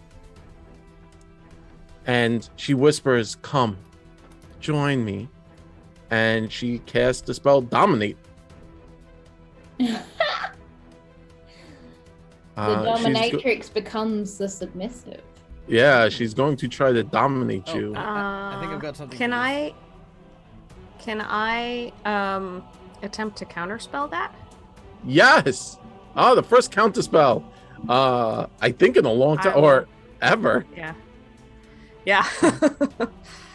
I have Yeah, to Nexon look this seeing up. it will kind of try and just like pluck the magic from the air. Mhm. So I'll use a level 4 slot. Awesome. So counter spell is going to be interesting. It's a reaction, so you're burning your reaction for this turn. When a foe casts a spell and you can see it, you can use your magic to mess it up. As a witch, you expend a prepared spell slot to counter the spell. Counter the triggering creature is casting of the same spell. You lose your spell slot. You can attempt to counter the targeting spell. To counter it, if you're countering the spell, you make a DC. The DC is its stat block. So it's going to be the creature's spell casting DC versus your spell casting. Like, so you just cast a spell and it's her DC, which I was not prepared for. I never expected the counter spell. So should I just roll like a intelligence? Yes. So it's your spell casting, like you normally cast a spell.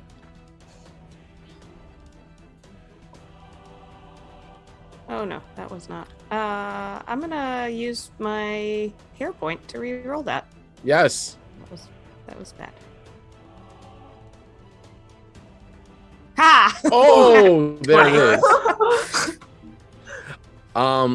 As you do, you reach, as you sense the spell kind of going through the air, and it starts to hone in on Scarlet. You reach out with your magics and you pluck it out the air and you snap it. At a nat 20, you cause kind of a like a blowback, and roll a d12.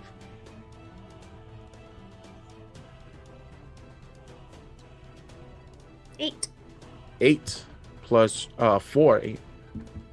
12 points of damage as the blowback kind of knocks into her head, and you could see that she screams a little bit. And at that last second, Scarlet and Nexon, as you're looking at this creature, its form shapes and shifts very quickly, and you could see that maybe there's a disguise up where she's put up an illusion around herself. But that's her turn. Colodi Marvolo, what would you like to do? All right. Malvolo is going to instruct Colodi to take action. Now, am I prone and grappled? You are grappled. The prone would be released. Well, as, no, I mean, I'm happy to be prone and grappled. I mean, you can still grab me on the ground. I haven't oriented myself in any way. You're grabbed. All right. I'm just going to... I'm going to spend my first action to punch, and then I'm going to try and break the grapple. Not that I think I could. I believe it's Cobra 2 that grabbed me. Yep, it was Cobra 2. Cobra. All right, here we go.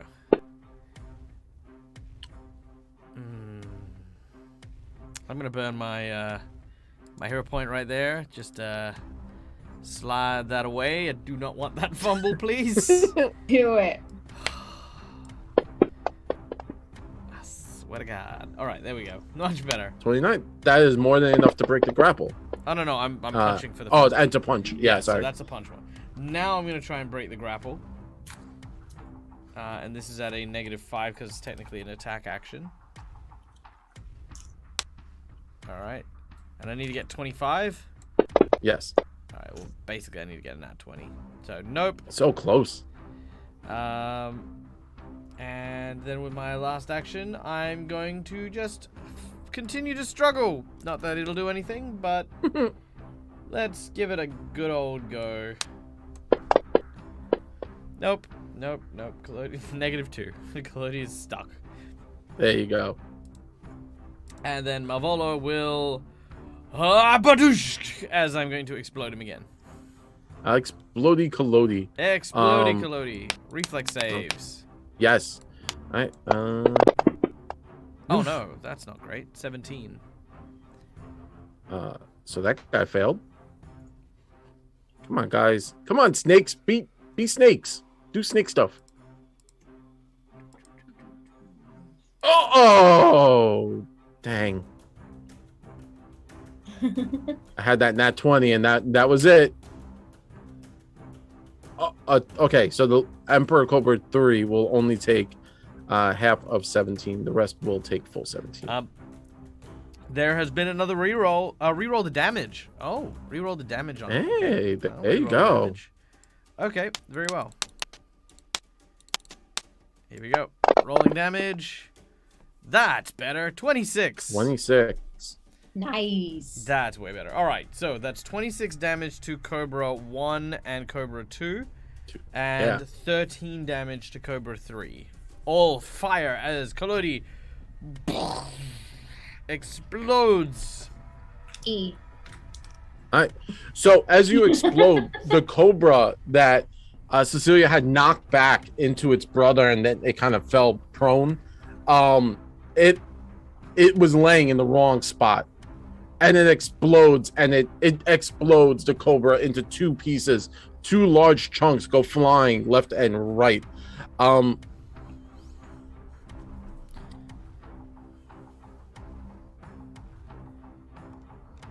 Did the others take the damage? Yes. Sorry. I was gonna say they're still green. They're still green. Oh no! Ah, we're in danger. Danger, Will Robinson. I've exploded twice and they're still healthy. Sorry. But they are looking very rough, both Cobras.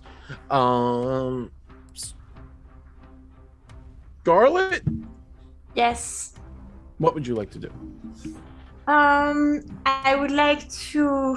I think I'm gonna use spiritual weapon and try to throw one dagger into each open mouth of the hostile cobras. Okay. I believe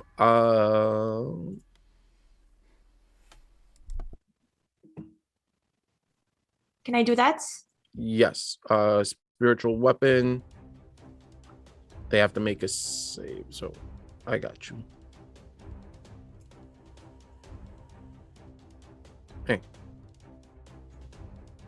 Hey. It failed. And it hit. All right. 6 points of damage to that guy. Oh, hold on, wait. So, the first one actually critted. Oh, it did crit. Yeah. Yeah. So So just drop another lot of damage on the first dude. okay. Ah. There we go. All right, and Scarlet can pick a card. 3. 3. All right. Uno, dos, tres. This is magic, or would you count this as piercing, slashing, or bludgeoning? It has to be piercing because she's like throwing them. Yep. Okay. Cool. Well, but if they're spirit weapons, then they'd be like potentially magic. Yeah. Yeah, magic. We'll go with magic. All right. Mind Cloud. As the daggers stab into the skull of the creature, they discorporeate slightly. The target is stupefied 2 until healed. Oh, that is wrong. Ooh. And it does do force damage.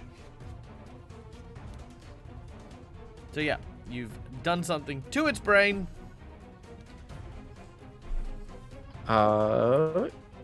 And that you have one more action. Scarlet, what would you like to do?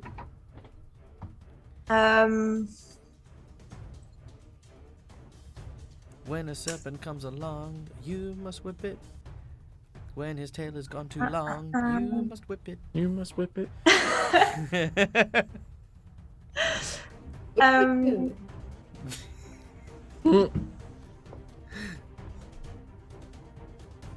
Hold on. Can I? How far am I from from Lucretia? Like 40 feet. 40? Like Okay, 40. no. Yeah, 40. Never mind. No, I'm just gonna stay where I am. Maybe I'm actually gonna hide behind Cecilia I like that. Protect me. and tell her I've seen her true colors. She's actually super fucking ugly. So I don't care anymore. Oh, good. You've come to your senses. It is Nexon. Nexon, what would you like to do? Right. Nexon's gonna shuffle her feet on the ground and point her finger up towards the closest snake, and I will cast Electric Arc. Snake, no. Nice. Over 3. Sizzle those cobras. Hey, that's a failure. Don't drag that entire thing. All right. Nexon's like all of it. Oh man. And then I'll have it arc over to the second one. Sure. Maybe.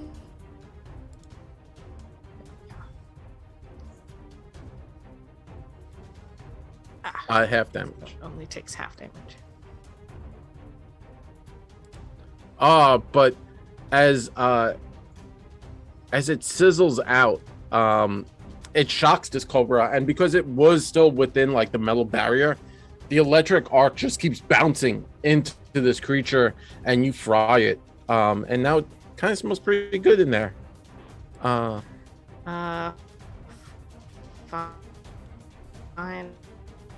action. Fate.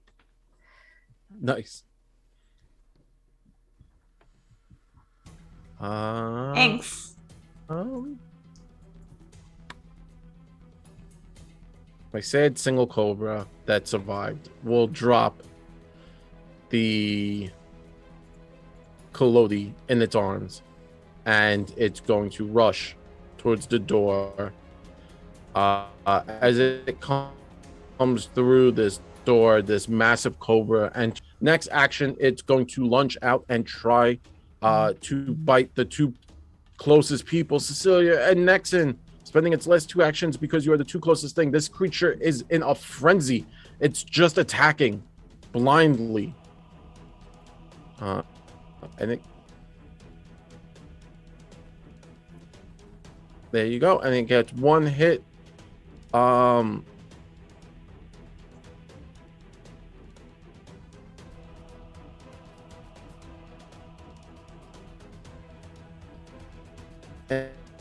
it bites deep into you. The venom coursing. 22. 22 is exact. You match exactly what you needed, and you stave off the poison. And that is the end of its go. But it's your turn, Cecilia. You're back up there. I shoot. I'm going to fire straight under its neck again. No. Different creature. Snake, not like this. Exactly like this. 29. That's going to hit it.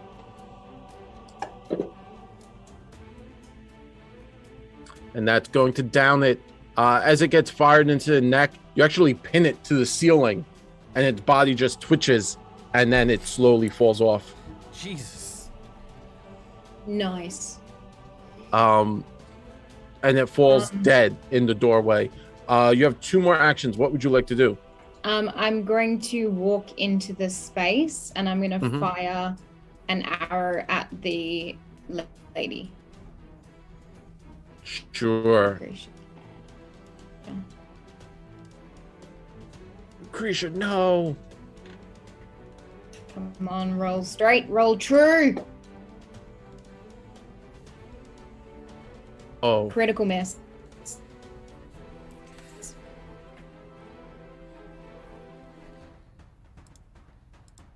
I'm going to use one of my rerolls. Nice. Can I do that? Nice. Nice. That's I'm really glad I did that. best use of it. Critical.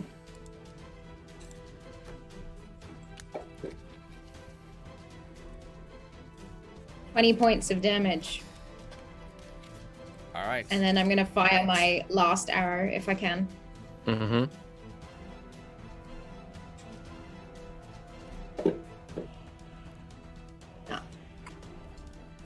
Critical miss. Mm-hmm. I'll let that one stand though. Ah. Jared doesn't look happy with me. So you fire and it kind of phases through this last shot. I picked card number 1. There you go. Oh, you've already had a critical fumble with this. She had a combat. critical fumble. Oh. Yeah, because remember we're only doing the 1 crit fumble, 1 crit hit. Yeah. Because for some reason we ended up. So in one of the other books, we ended up with like someone with like 4 crit cards. You know, we won't name names. Rain. Yeah. Yeah, it was Rain. It was Rain. She had like 7 bad things happen in a we row. added the rule: each combat you can have 1 crit Just fumble one. and 1 crit. Oh, hey, success. Fried Dice Paradise. Hey, what's up? Hey!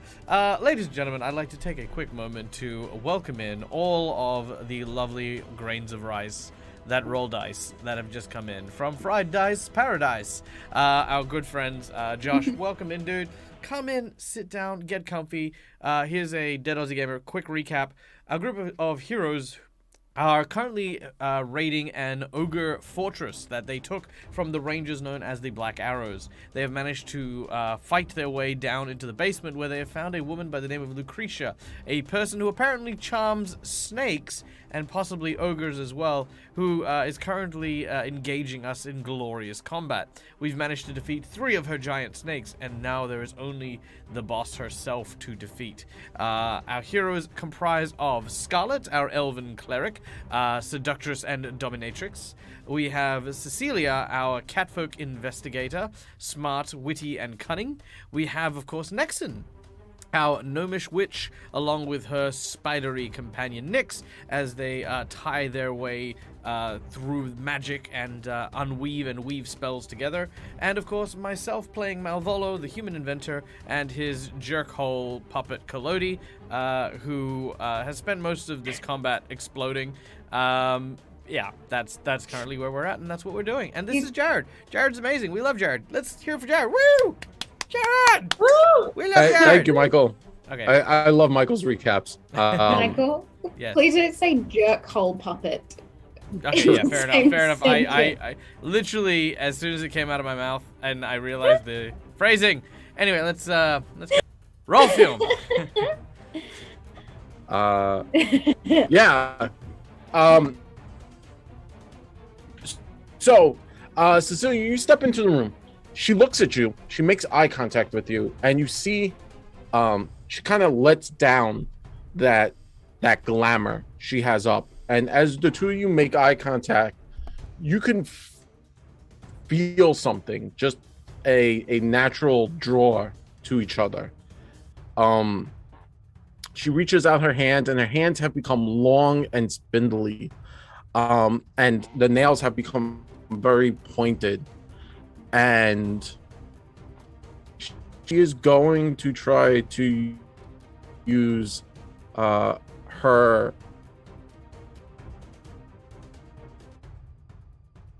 is that like she has a charm around her neck and it glows, and with that charm she is going to cast Dominate on you. Good luck. With that, it's going to try to. Okay, so I'm gonna cast a spell, and then we'll see what happens, because you did this to yourself. Ouch. Well, no, you know why, but no one else does. And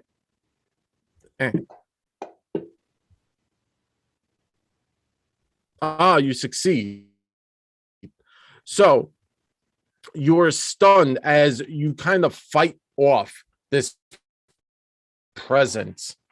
And it kind of reaches into your mind, and she whispers into your ear, "Join us. You're just like me. Let down your guards that you've put up." Cecilia's teeth descend as she just looks back, outright in defiance.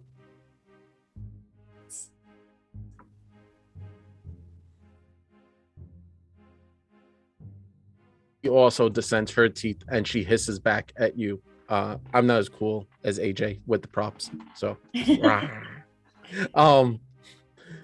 and that's you know what? She's gonna actually step back this way, kind of luring you in deeper. The Marvolo, what would you like to do?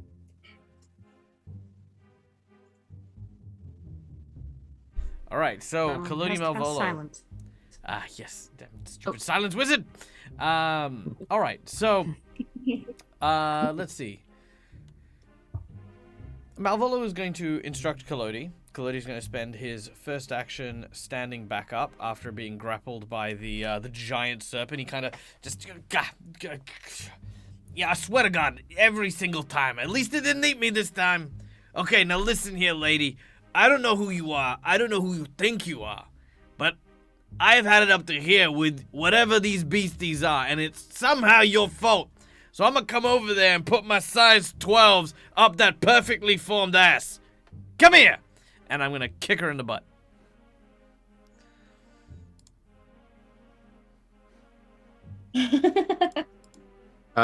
Okay.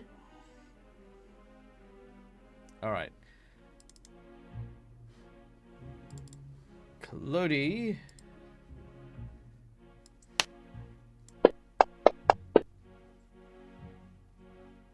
Gets a.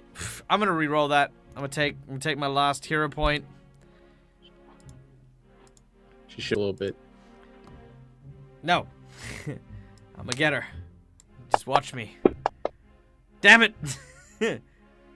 Please, maybe that's just I just need one more. There it Yay!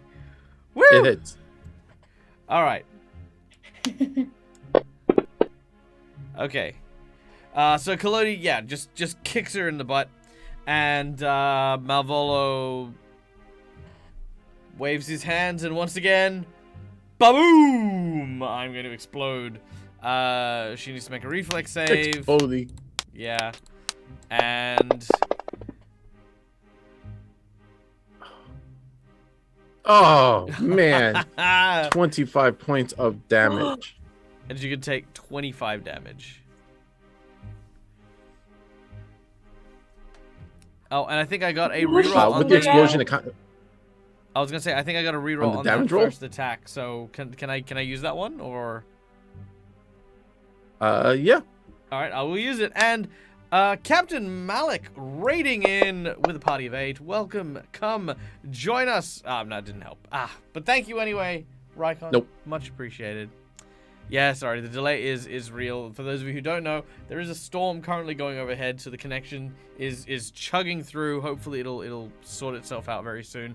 Captain Malik, thank you for coming and joining us. We are currently fighting a boss battle, a very sensual boss battle with a with some sort of monster woman. She's there. Vampire. Vampire. All right. That's all I can do, by the way. I'm done. All right. As the explosion rocks her back off her feet into the wall, she kind of props herself up. There's now like a small little hole in the wall, and she looks at the group. She says, "Please, stop."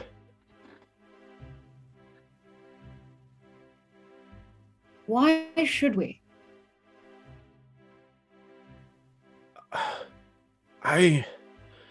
Yes.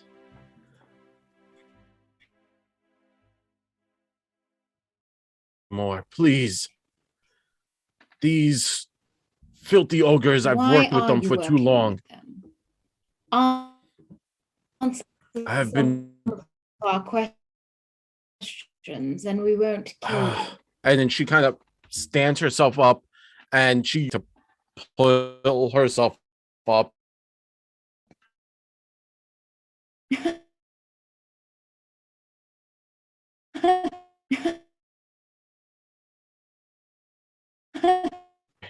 He forces me to do this. What does he want from you?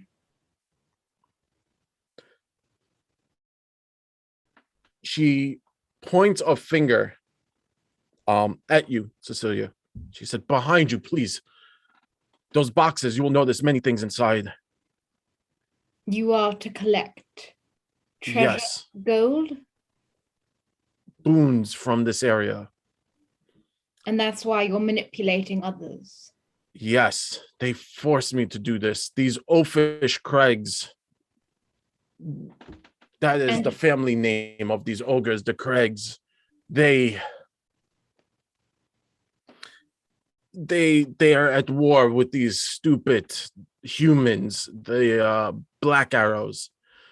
My master bade me that to remove the Black Arrows from this area so he could complete his task. Interesting. And if we were to remove the binding of you and your master, is that what you'd like? To be free, yes. It's been a long time. I would go on my way. I'm tired of being a puppet to other one. And then Nixon? Is that possible? Something we can achieve?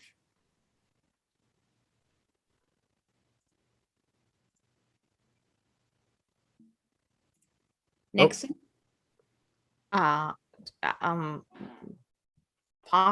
Possibly if we can get a little bit of a rest, kind of All So, right. need to prepare so, for that. call me crazy, but part of me is finding it very difficult to believe that this who was found sitting in a quiet private chamber, very heavily guarded, sipping on wine, is in some way, shape, or form in any kind of forced servitude. Something seems off. I agree with you, Malvolo. I will go as close as I can to I keep forgetting her name. Lucretia? Mhm. Yes. And I would like to use a charming touch on her. Okay. What charming touch? So you're trying to charm her. Yes. Okay. As you walk up to her, she kind of takes a step back. And you go to reach out, and Lucretia looks at you, Cecilia, and makes eye contact with you and says, "What? Please stop. I asked to parlay. Please don't hurt me." And she puts her hands up.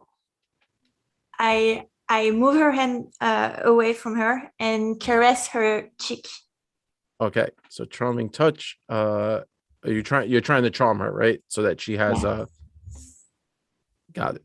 And that is part of your goddess grants you that ability.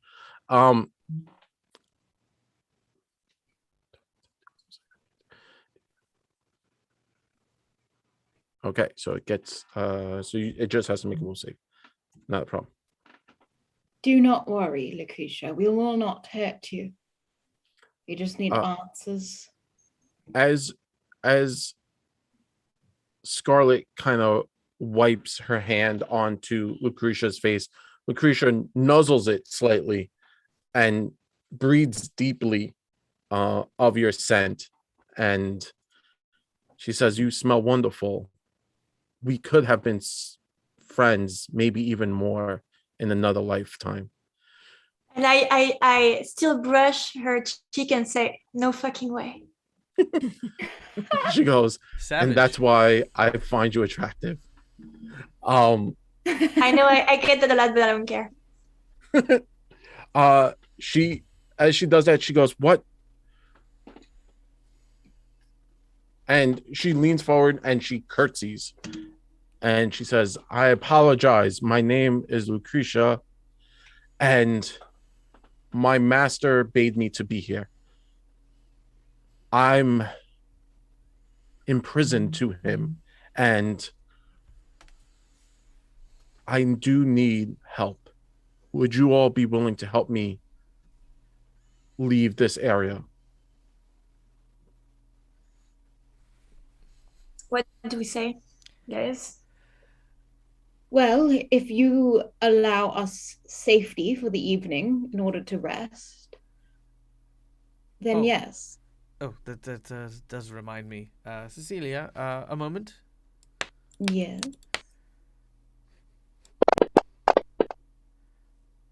You heal 9 hit points as I go up and I just tend to some of your wounds. Thank you. Oh, also, Kalodi, come over here. Cecilia, hold Kalodi. If I must. Bang! Bang. He explodes. Yeah. Does he really? He does. No. What do you mean no? Yes, he does. Let's see. I keep forgetting how much this does. Did you heal me just to blow me up? Yes. Let's see. For each level, 1, 2, 3, 4, 5, 6, 7, 8. You then heal 21 hit points as Kalodi explodes with healing herbs and lovely scents. Yeah. I don't like the method, but I appreciate the sentiment. You're welcome. I You're smell welcome. like pine. I like that. You smell like ass. Better than being one.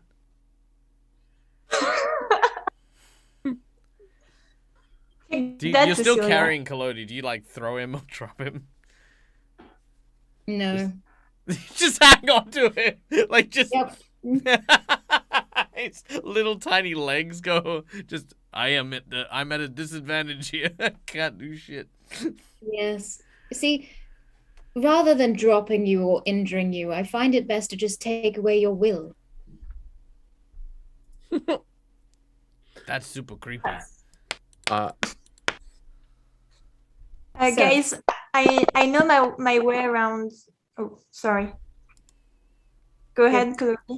Oh, I was gonna say, we got a reroll from Rykon for the heal. For the You heal. heal an additional 3 hit points. hey. How much is that in total?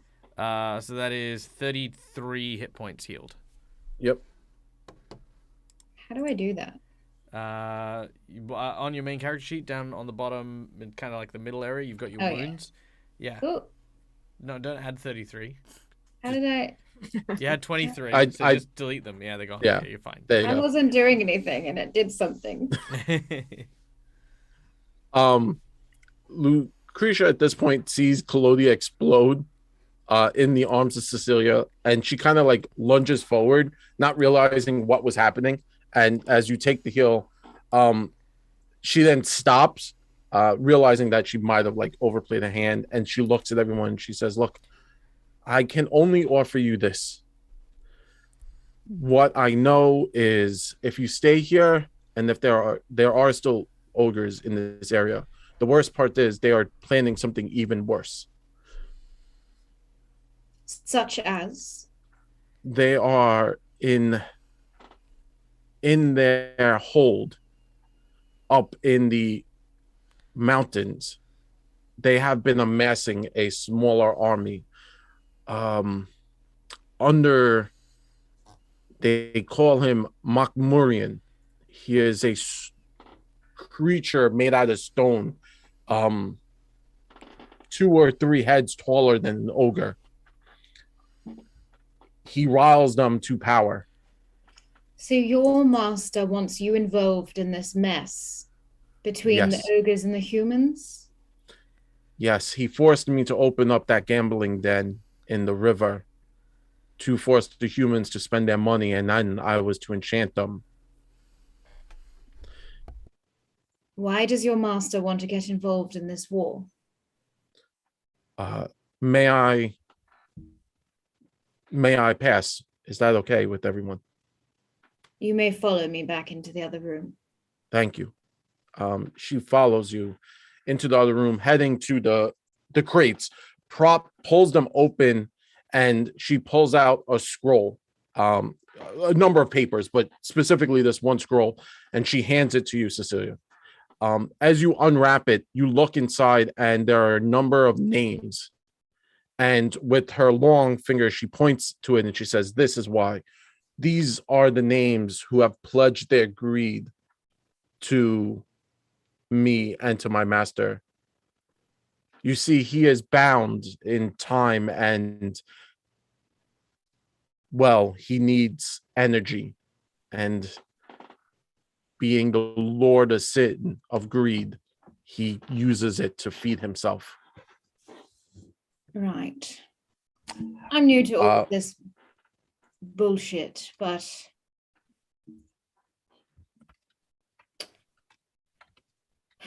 how do we stop it? Marvolo?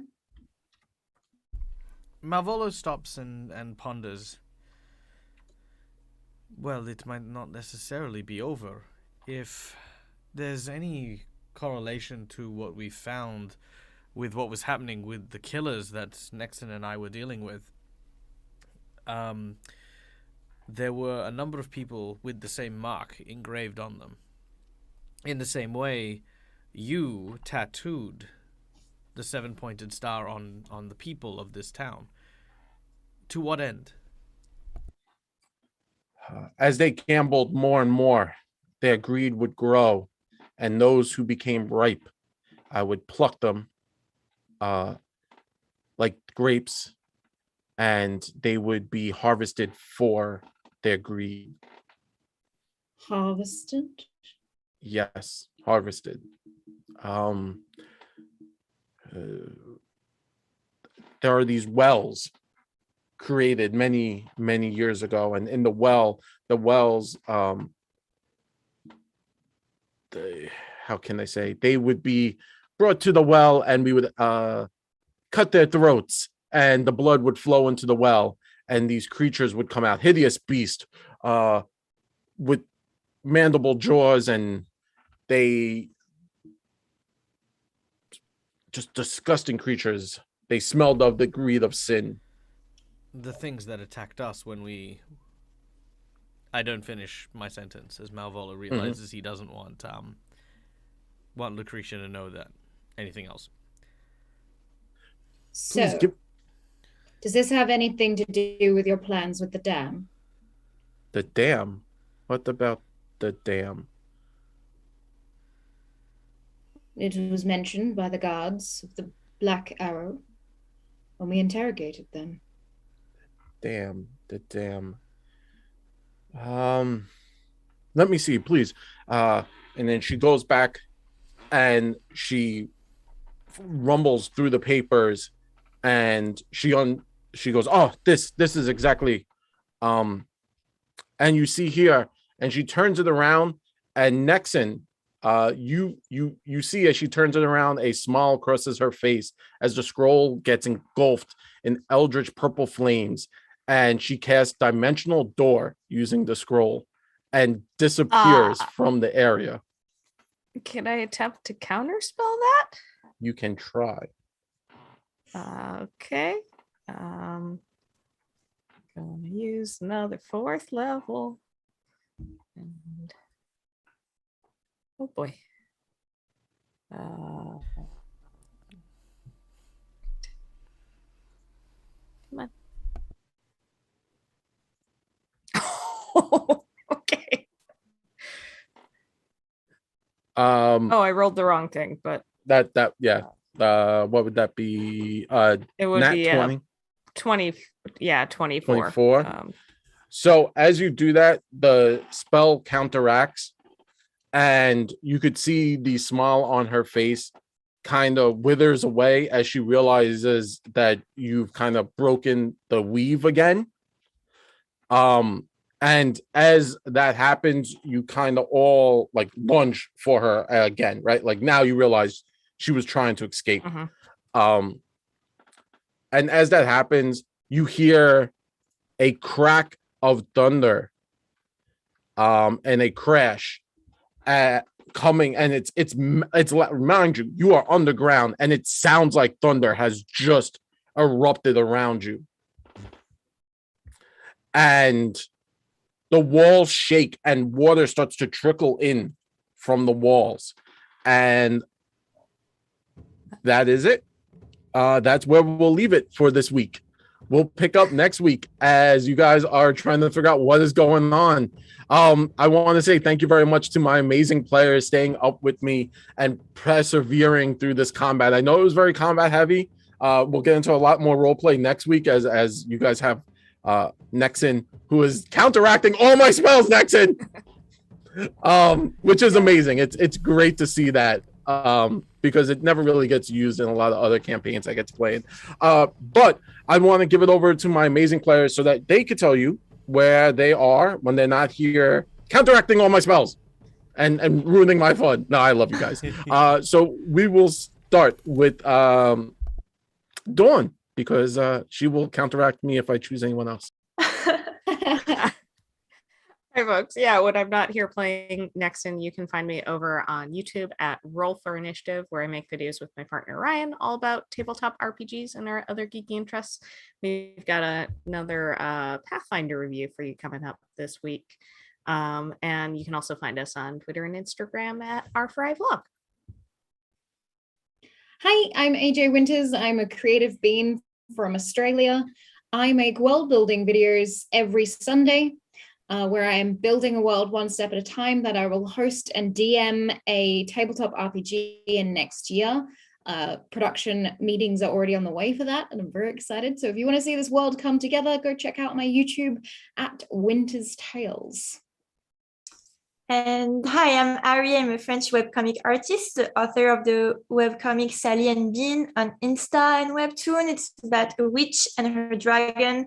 New episode every Monday. And also, I just discovered that I like soup. So if you like soup too, let me know which kind of soup is your favorite, because I'm trying to discover and swallow them all. Yeah, let's go with that. Yeah, and I don't know how to follow that. That was I am Michael. I also like soup. My favorite type of soup is actually ginger and carrot. Just FYI, I don't know why ginger and carrot soup is delicious. It just is. There you go. My name is Michael. I'm the Dead Aussie Gamer. This is my place. This is my face. And you can find it here a bunch of times during the week. Ladies and gentlemen, we are entering our super, super busy week. So I'm going to try this, and I'm going to try this once on basically because my moderator is doing a phenomenal job trying to keep my schedule. But this is the only time I'm going to be able to clip my schedule. So let me try this. So starting Monday morning, we are going to be playing Rime of the Frost Maiden with a brand new group of Patreons who have come and support the channel. Our first session is this Monday, following which we are going to be on Tuesday, WASD 20, playing Rime of the Frost Maiden again, where I get to play an Illithid, because that's a thing I do. Followed by Wednesday, where we are going to be playing on Hero Forge, mucking around and making audience-created minis, so that you guys not only get to see these cool minis getting made, such as the one you could see above me, but also watch what they look like when we print them, because we get all of these printed out. Then Wednesday as well, we have Curse of Strahd. Thursday, we have something very, very special for you guys lined up. We are going to be playing Fool's Gold, the Dingo Doodle campaign setting that is going to be kickstarted. We have got some amazing people lined up to do a follow-up for the Fool's Gold campaign that we ran during the fundraiser that we ran for the dreaded GM. We have an all-star cast, including Quincy from Quincy's Tavern, your narrator from The Boys. We have Robert Hartley and dreaded GM joining us. We also have Gothy and Arena's players from the Dingo Doodle series are also going to be joining us, and I will be taking on the GM seat. Then the following day, we are going to be up for... yeah, bear with me, we're going to be here for a while. Then Friday, we're going to be here for Ruby Phoenix, which is our Asian-inspired RPG adventure, which, again, a group of wonderful Patreons who will be supporting the channel coming to play for that. And then we are going to be going into Con-Save on the dreaded GM's channel, where I'm going to be running a Through the Breach game. And, yeah, then Saturday, Strange Aeons, and then Sunday, we're back here. Yay! I got through my schedule, and Calindria can stop bullying me. No, she's amazing. I love Calindria. She keeps my head on straight so many times a week. There we go. So that's the whole thing. And of course, Jared, last but certainly not least, take it away, mate.